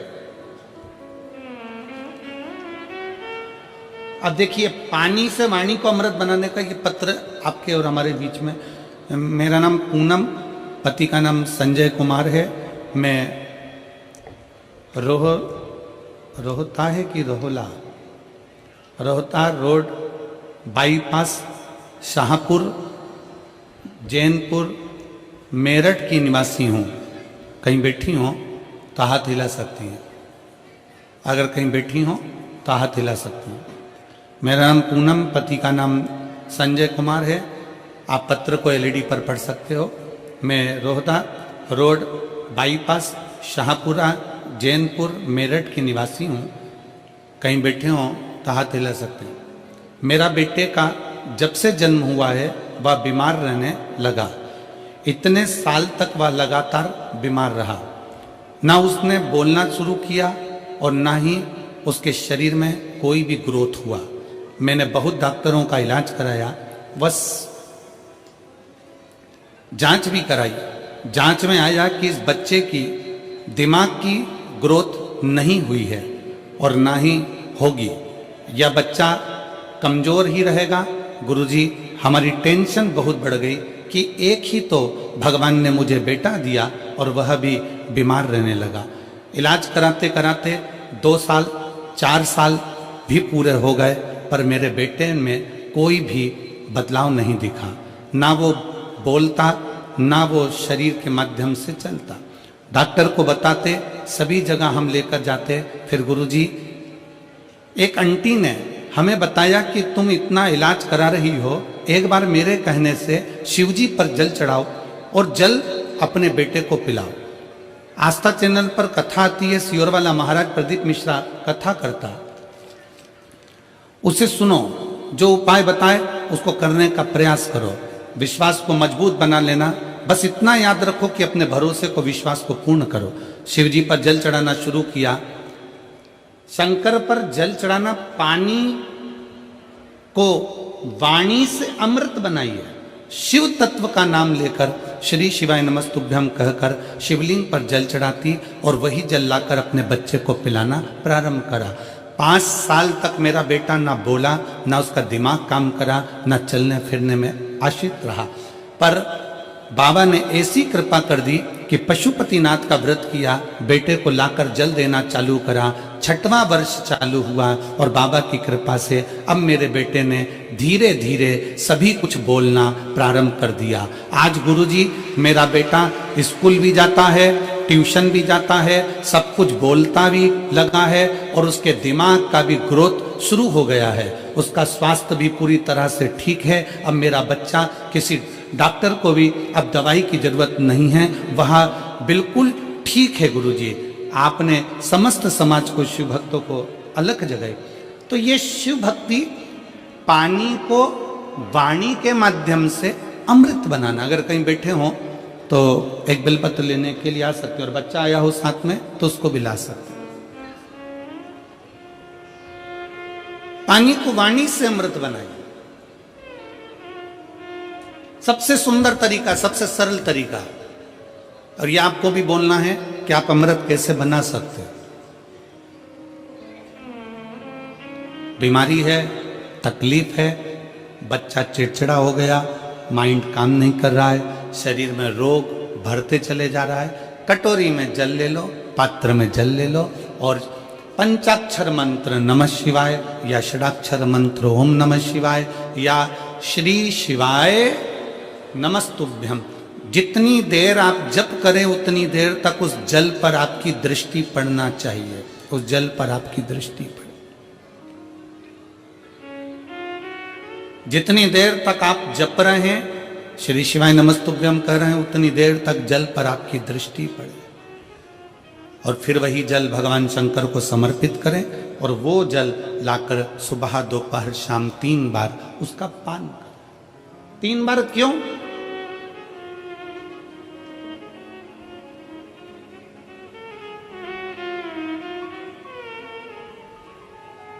त्रिलोकी का नाथ, त्रिकालदर्शी,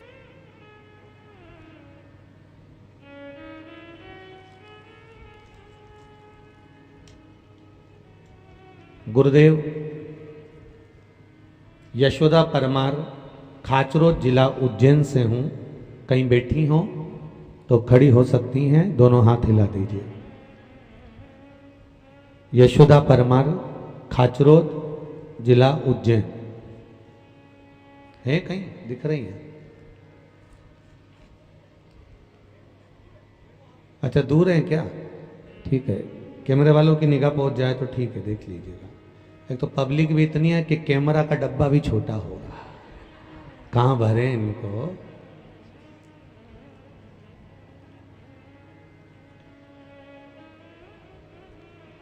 आज कह रहे थे कुछ प्रशासनिक बंधु लोग, कहे गुरुजी रतलाम के इतिहास की पहली इतनी पब्लिक है जो रतलाम में दिख रही है। रतलाम के इतिहास की पहली है।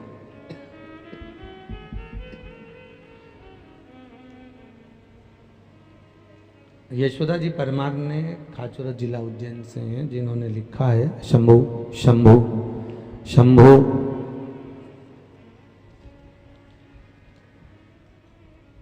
अस्थमा की बीमारी थी 2006 से।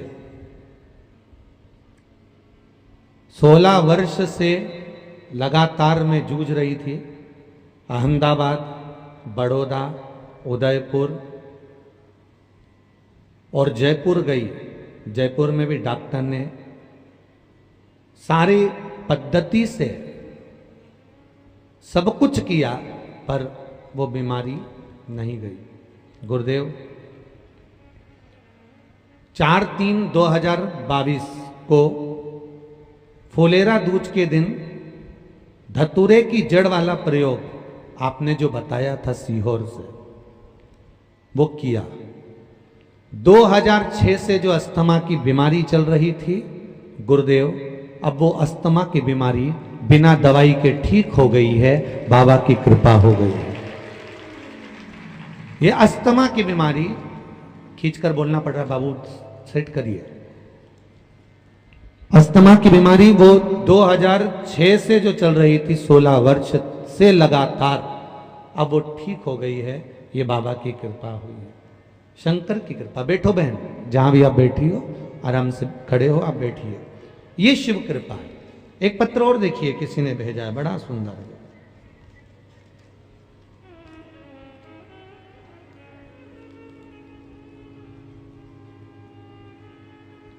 मेरा नाम श्याम कुंवर, पति सरदार सिंह, गांव बदनारा, जिला रतलाम से हूं।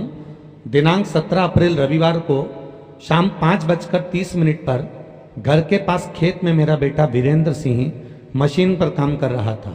तभी अचानक ट्रैक्टर रिवर्स आ गया और मशीन पीछे आ गई, जिससे मशीन के टायरों के बीच में से मेरे बेटे को निकाला हुआ। ट्रैक्टर के बड़े टायर के नीचे मेरा बेटा आ गया। पास में सभी घबरा गए। आवाज आने पर सभी दौड़ कर गए और टायर से बेटे को निकाला गया।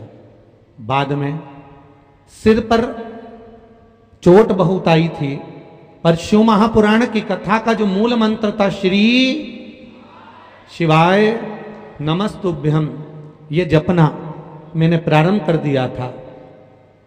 मुझे विश्वास था मेरे बाबा पर कि वो घात नहीं होने देगा। उसने तभी श्री शिवाय नमस्तुभ्यम का जाप किया। बाबा की कृपा रही। बेटे को कुछ देर के बाद में होश आ गया। हॉस्पिटल ले गए रतलाम के, और हॉस्पिटल में सीटी स्कैन किया गया, जिसमें डॉक्टर ने 5 पसलियां क्रैक बताई और लीवर लीकेज बताया। उन्होंने इलाज का मना कर दिया। रात को 12 बजे इंदौर बॉम्बे हॉस्पिटल में लेकर रेफर हो गए कर दिया। फिर इंदौर गए, वहां पर भगवान शिव की कृपा से डॉक्टर साहब से बात की, पर निरंतर श्री, जरा जम के तो बोलो, श्री शिवाय नमस्तुभ्यम का जाप करते रहे।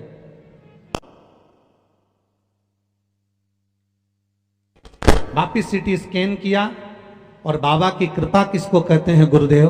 बाबा की कृपा से जैसे ही स्कैन किया गया, उसमें एक भी हड्डी टूटी नहीं आई थी, और बाबा ने ठीक कर दिया। ये शिव कृपा है। कहीं बैठे हो, श्याम कुंवर, पति सरदार सिंह, गांव बदनारा, जिला रतलाम से कहीं बैठे हो तो हाथ हिला सकते हैं। कहीं बैठे हो तो हाथ हिला सकते हैं। हर हर महादेव। शिव कृपा। मेरा बेटा पूर्ण तरह से स्वस्थ हो गया और हम लोग कथा के अंतर्गत आए। ये शिव कृपा है। अकाल मृत्यु वो मरे जो काम करे चंडाल का, काल उसका क्या बिगाड़े जो भक्त हो महाकाल का। शिव की आराधना करने वाला, शंकर का अनुमोदन करने वाला, शिव अर्चना में डूबने वाला कभी घात नहीं खा सकता, कभी नहीं खाए। भक्ति का बल प्रबल होता है, विश्वास का बल प्रबल होता है। करो आप शिवाराधना। चंदन अगर लगा रहे हो शिव जी पर तो ये विश्वास रखकर लगाना कि उस चंदन का फल आपको मिलेगा जरूर, ये पक्का है।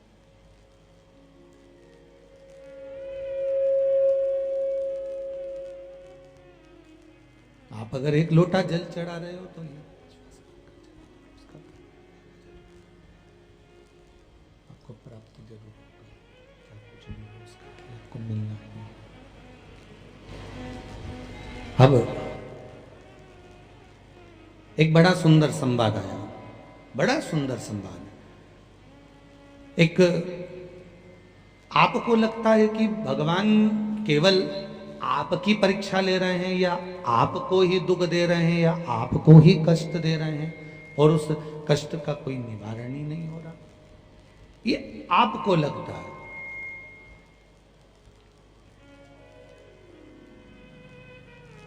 पर मेरी शिव की कथा कहती है, संसार में मनुष्य की जो देह मिलती है वो दो कारणों से प्राप्त होती है।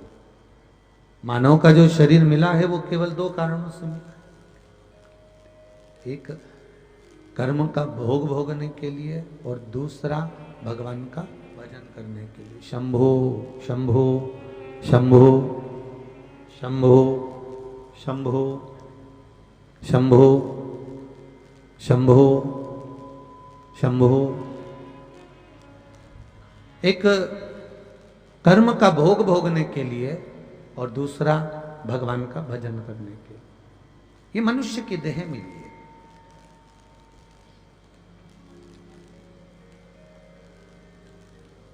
माता के गर्भ से जब हमारा जन्म हुआ, दोनों मुष्टिकाएं बंद थी, दोनों मुष्टिकाएं। और माता के गर्भ में ही हमने संकल्प ले लिया था, प्रण कर लिया था कि माता के गर्भ से जब निकलूंगा तो भजन करूंगा, भजन करूंगा, भजन करूंगा। पर माता के गर्भ से निकलते से मैं तो भोजन करूंगा, भोजन करूंगा और भोजन करूंगा और भोजन करूंगा, और इतना भोजन में लीन हो गया कि भजन तो उसका छूट गया। भजन कहाँ चले गया मालूम नहीं, उसका कहाँ जा रहा है, भजन का कोई क्रम ही नहीं है। भजन कहाँ जा रहा है उसका कोई क्रम ही नहीं है उसका मालूम। भगवान शिव ओगरदानी, त्रिकालदर्शी, कैलाशी, अविनाशी,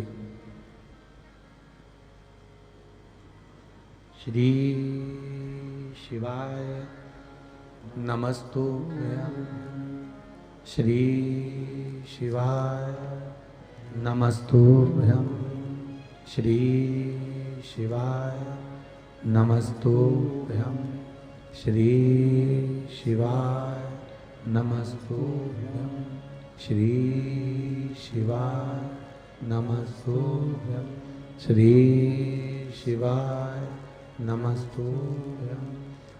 भगवान शिव की कथा कह रही है। ओगरदानी भगवान शंकर दयालु,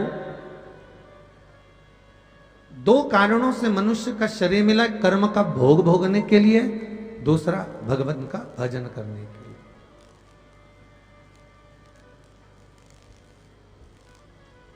पर इस कर्म को भोगना मनुष्य के शरीर के भीतर, और उस भोगने के साथ में भगवान का भजन करना, ये दोनों बहुत कठिन काम। अभी का आपको चरित्र सुनाते हैं। एक इंदौर में एक जजमान परिवार में उनका बेटा कोरोना महामारी में शांत हो गया। सूचना मिली, गए, मालूम पड़ा कि बहू ने जितने भगवान थे, घर में जितने भी भगवान थे, ठाकुर जी, शिव जी, लड्डू गोपाल जी वगैरह, देवी जी, कुल देवता जी, ये सबको उन्होंने कपड़े में बांधा और उनको अलमारी पे रख दिया।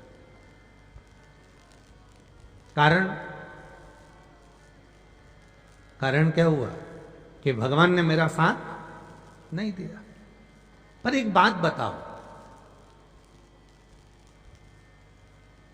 भगवान कभी किसी का बुरा करता है क्या?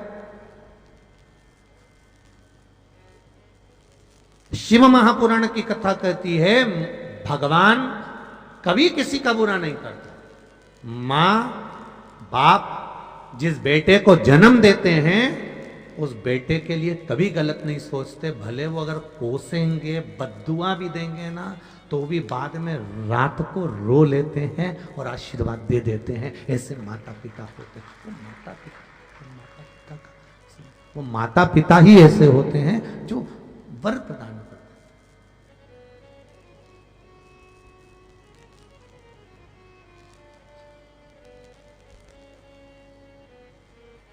जो वर देंगे।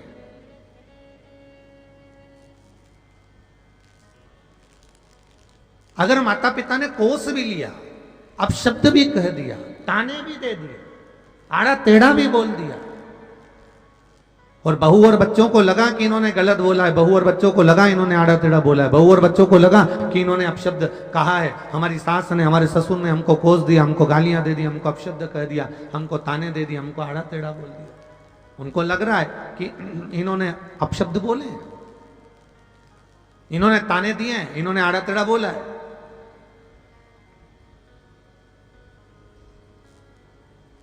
इन्होंने गालियां दी हैं। पर जो बुजुर्ग माता पिता हैं उनके हृदय से तो कोई पूछे, उनकी चित्तवृत्ति से, उनके मन से तो कोई पूछे कि वो कितना कितना रोए हैं अपशब्द कहने के बाद भी, ताना देने के बाद भी, गाली देने के बाद भी, आड़ा बोलने के बाद भी, कितना रोए हैं। उसी तरह परमात्मा ने अपने इस भूमंडल पर, इस भूमि पर हमको जन्म दिया है। मेरे भगवान ने आपको यहाँ भेजा है अपने घर में। ये ब्रह्मा ब्रह्म लोक में निवास करते हैं, भगवान विष्णु वैकुंठ लोक में निवास करते हैं, भगवान शंकर मृत्यु लोक में निवास करते हैं। अगर मृत्यु लोक में मेरे परमात्मा ने आपको भेजा है, अपने घर में अगर भगवान ने रखा है, तो आपका जिंदगी में कभी वो बुरा नहीं कर सकता, कभी बुरा नहीं करेगा। करेगा तो अच्छा ही करेगा।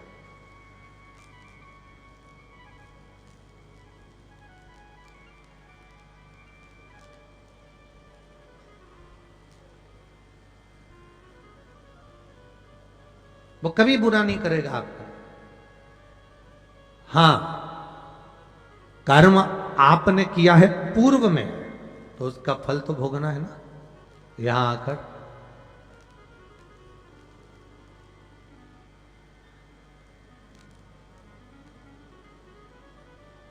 अच्छा, एक बात बड़ी बड़ी सुंदर बात है महाराज, ये भी एक समझने वाली बात है, बहुत ध्यान देना इस बात के लिए। अगर समझ जाओ तो ठीक है, ना समझो तो तुम्हारी मर्जी। व्यासपीठ से कह देते हैं। एक बार किसी ने प्रश्न किया था, गुरुजी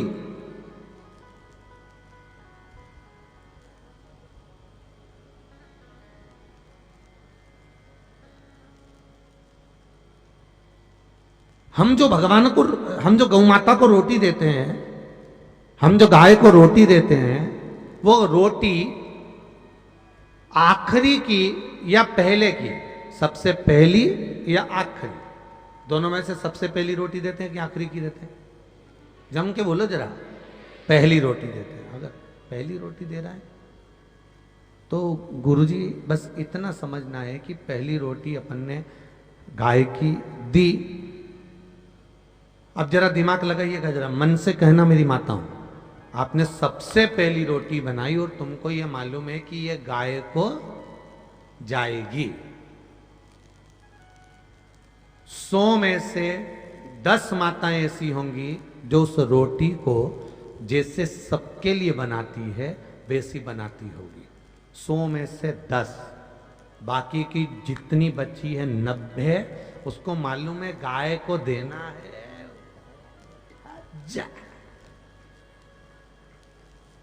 सही है कि गलत है?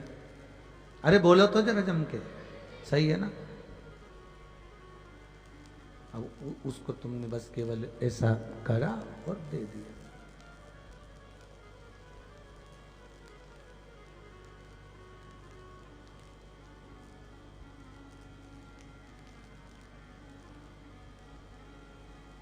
अब अगर उस रोटी को भी तुम जैसे पति के लिए बड़ी गुनगुनाती हुई, गीत गाती हुई, बच्चों के लिए जैसे प्रेम और स्नेह के साथ में बनाते हो, अगर वैसे ही दिल से, हृदय से, चित्त से, मन से बनाकर गाय माता को खिलाते, तो दूसरा जब जन्म आपका मिलता, जब आपका जन्म दूसरा मिलता, तो ये पक्का है कि शरीर में कोई रोग खड़ा ही नहीं होता। गौ माता हरण कर, दूसरा जन्म अगर जब मिलता तब।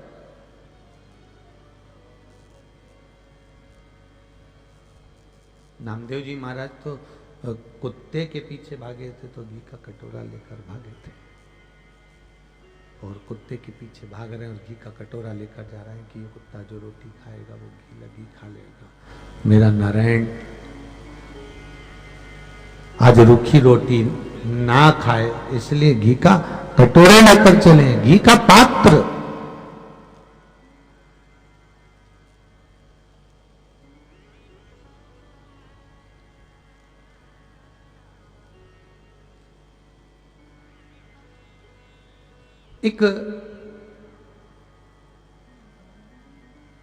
एक बार माता पार्वती भगवान शिव के साथ में विराजमान थी, बैठी हुई थी।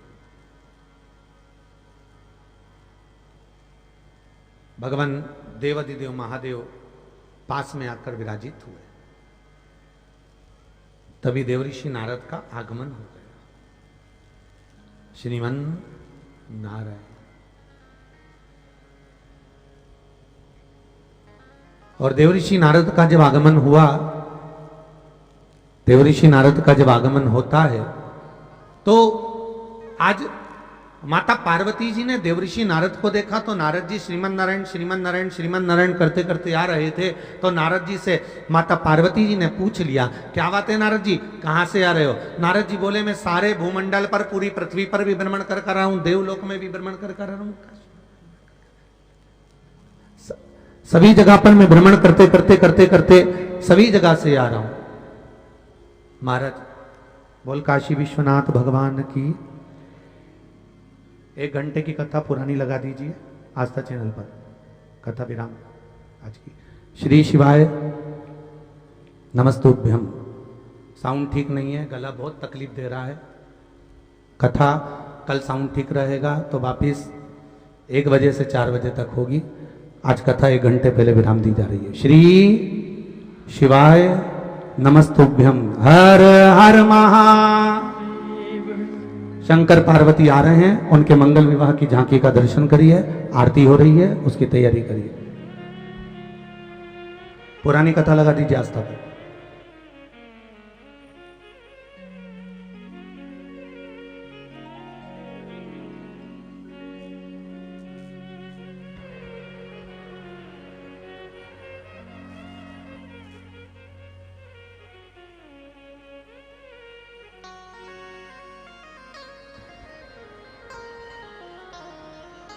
बोल काशी विश्वनाथ भगवान की जय।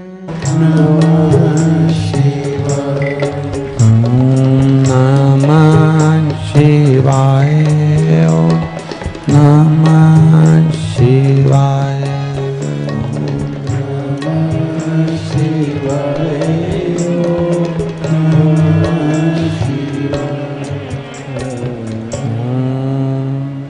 नमः शिवाय।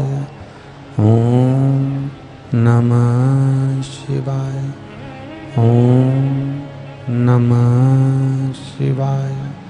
ओम नमः शिवाय। ओम नमः शिवाय।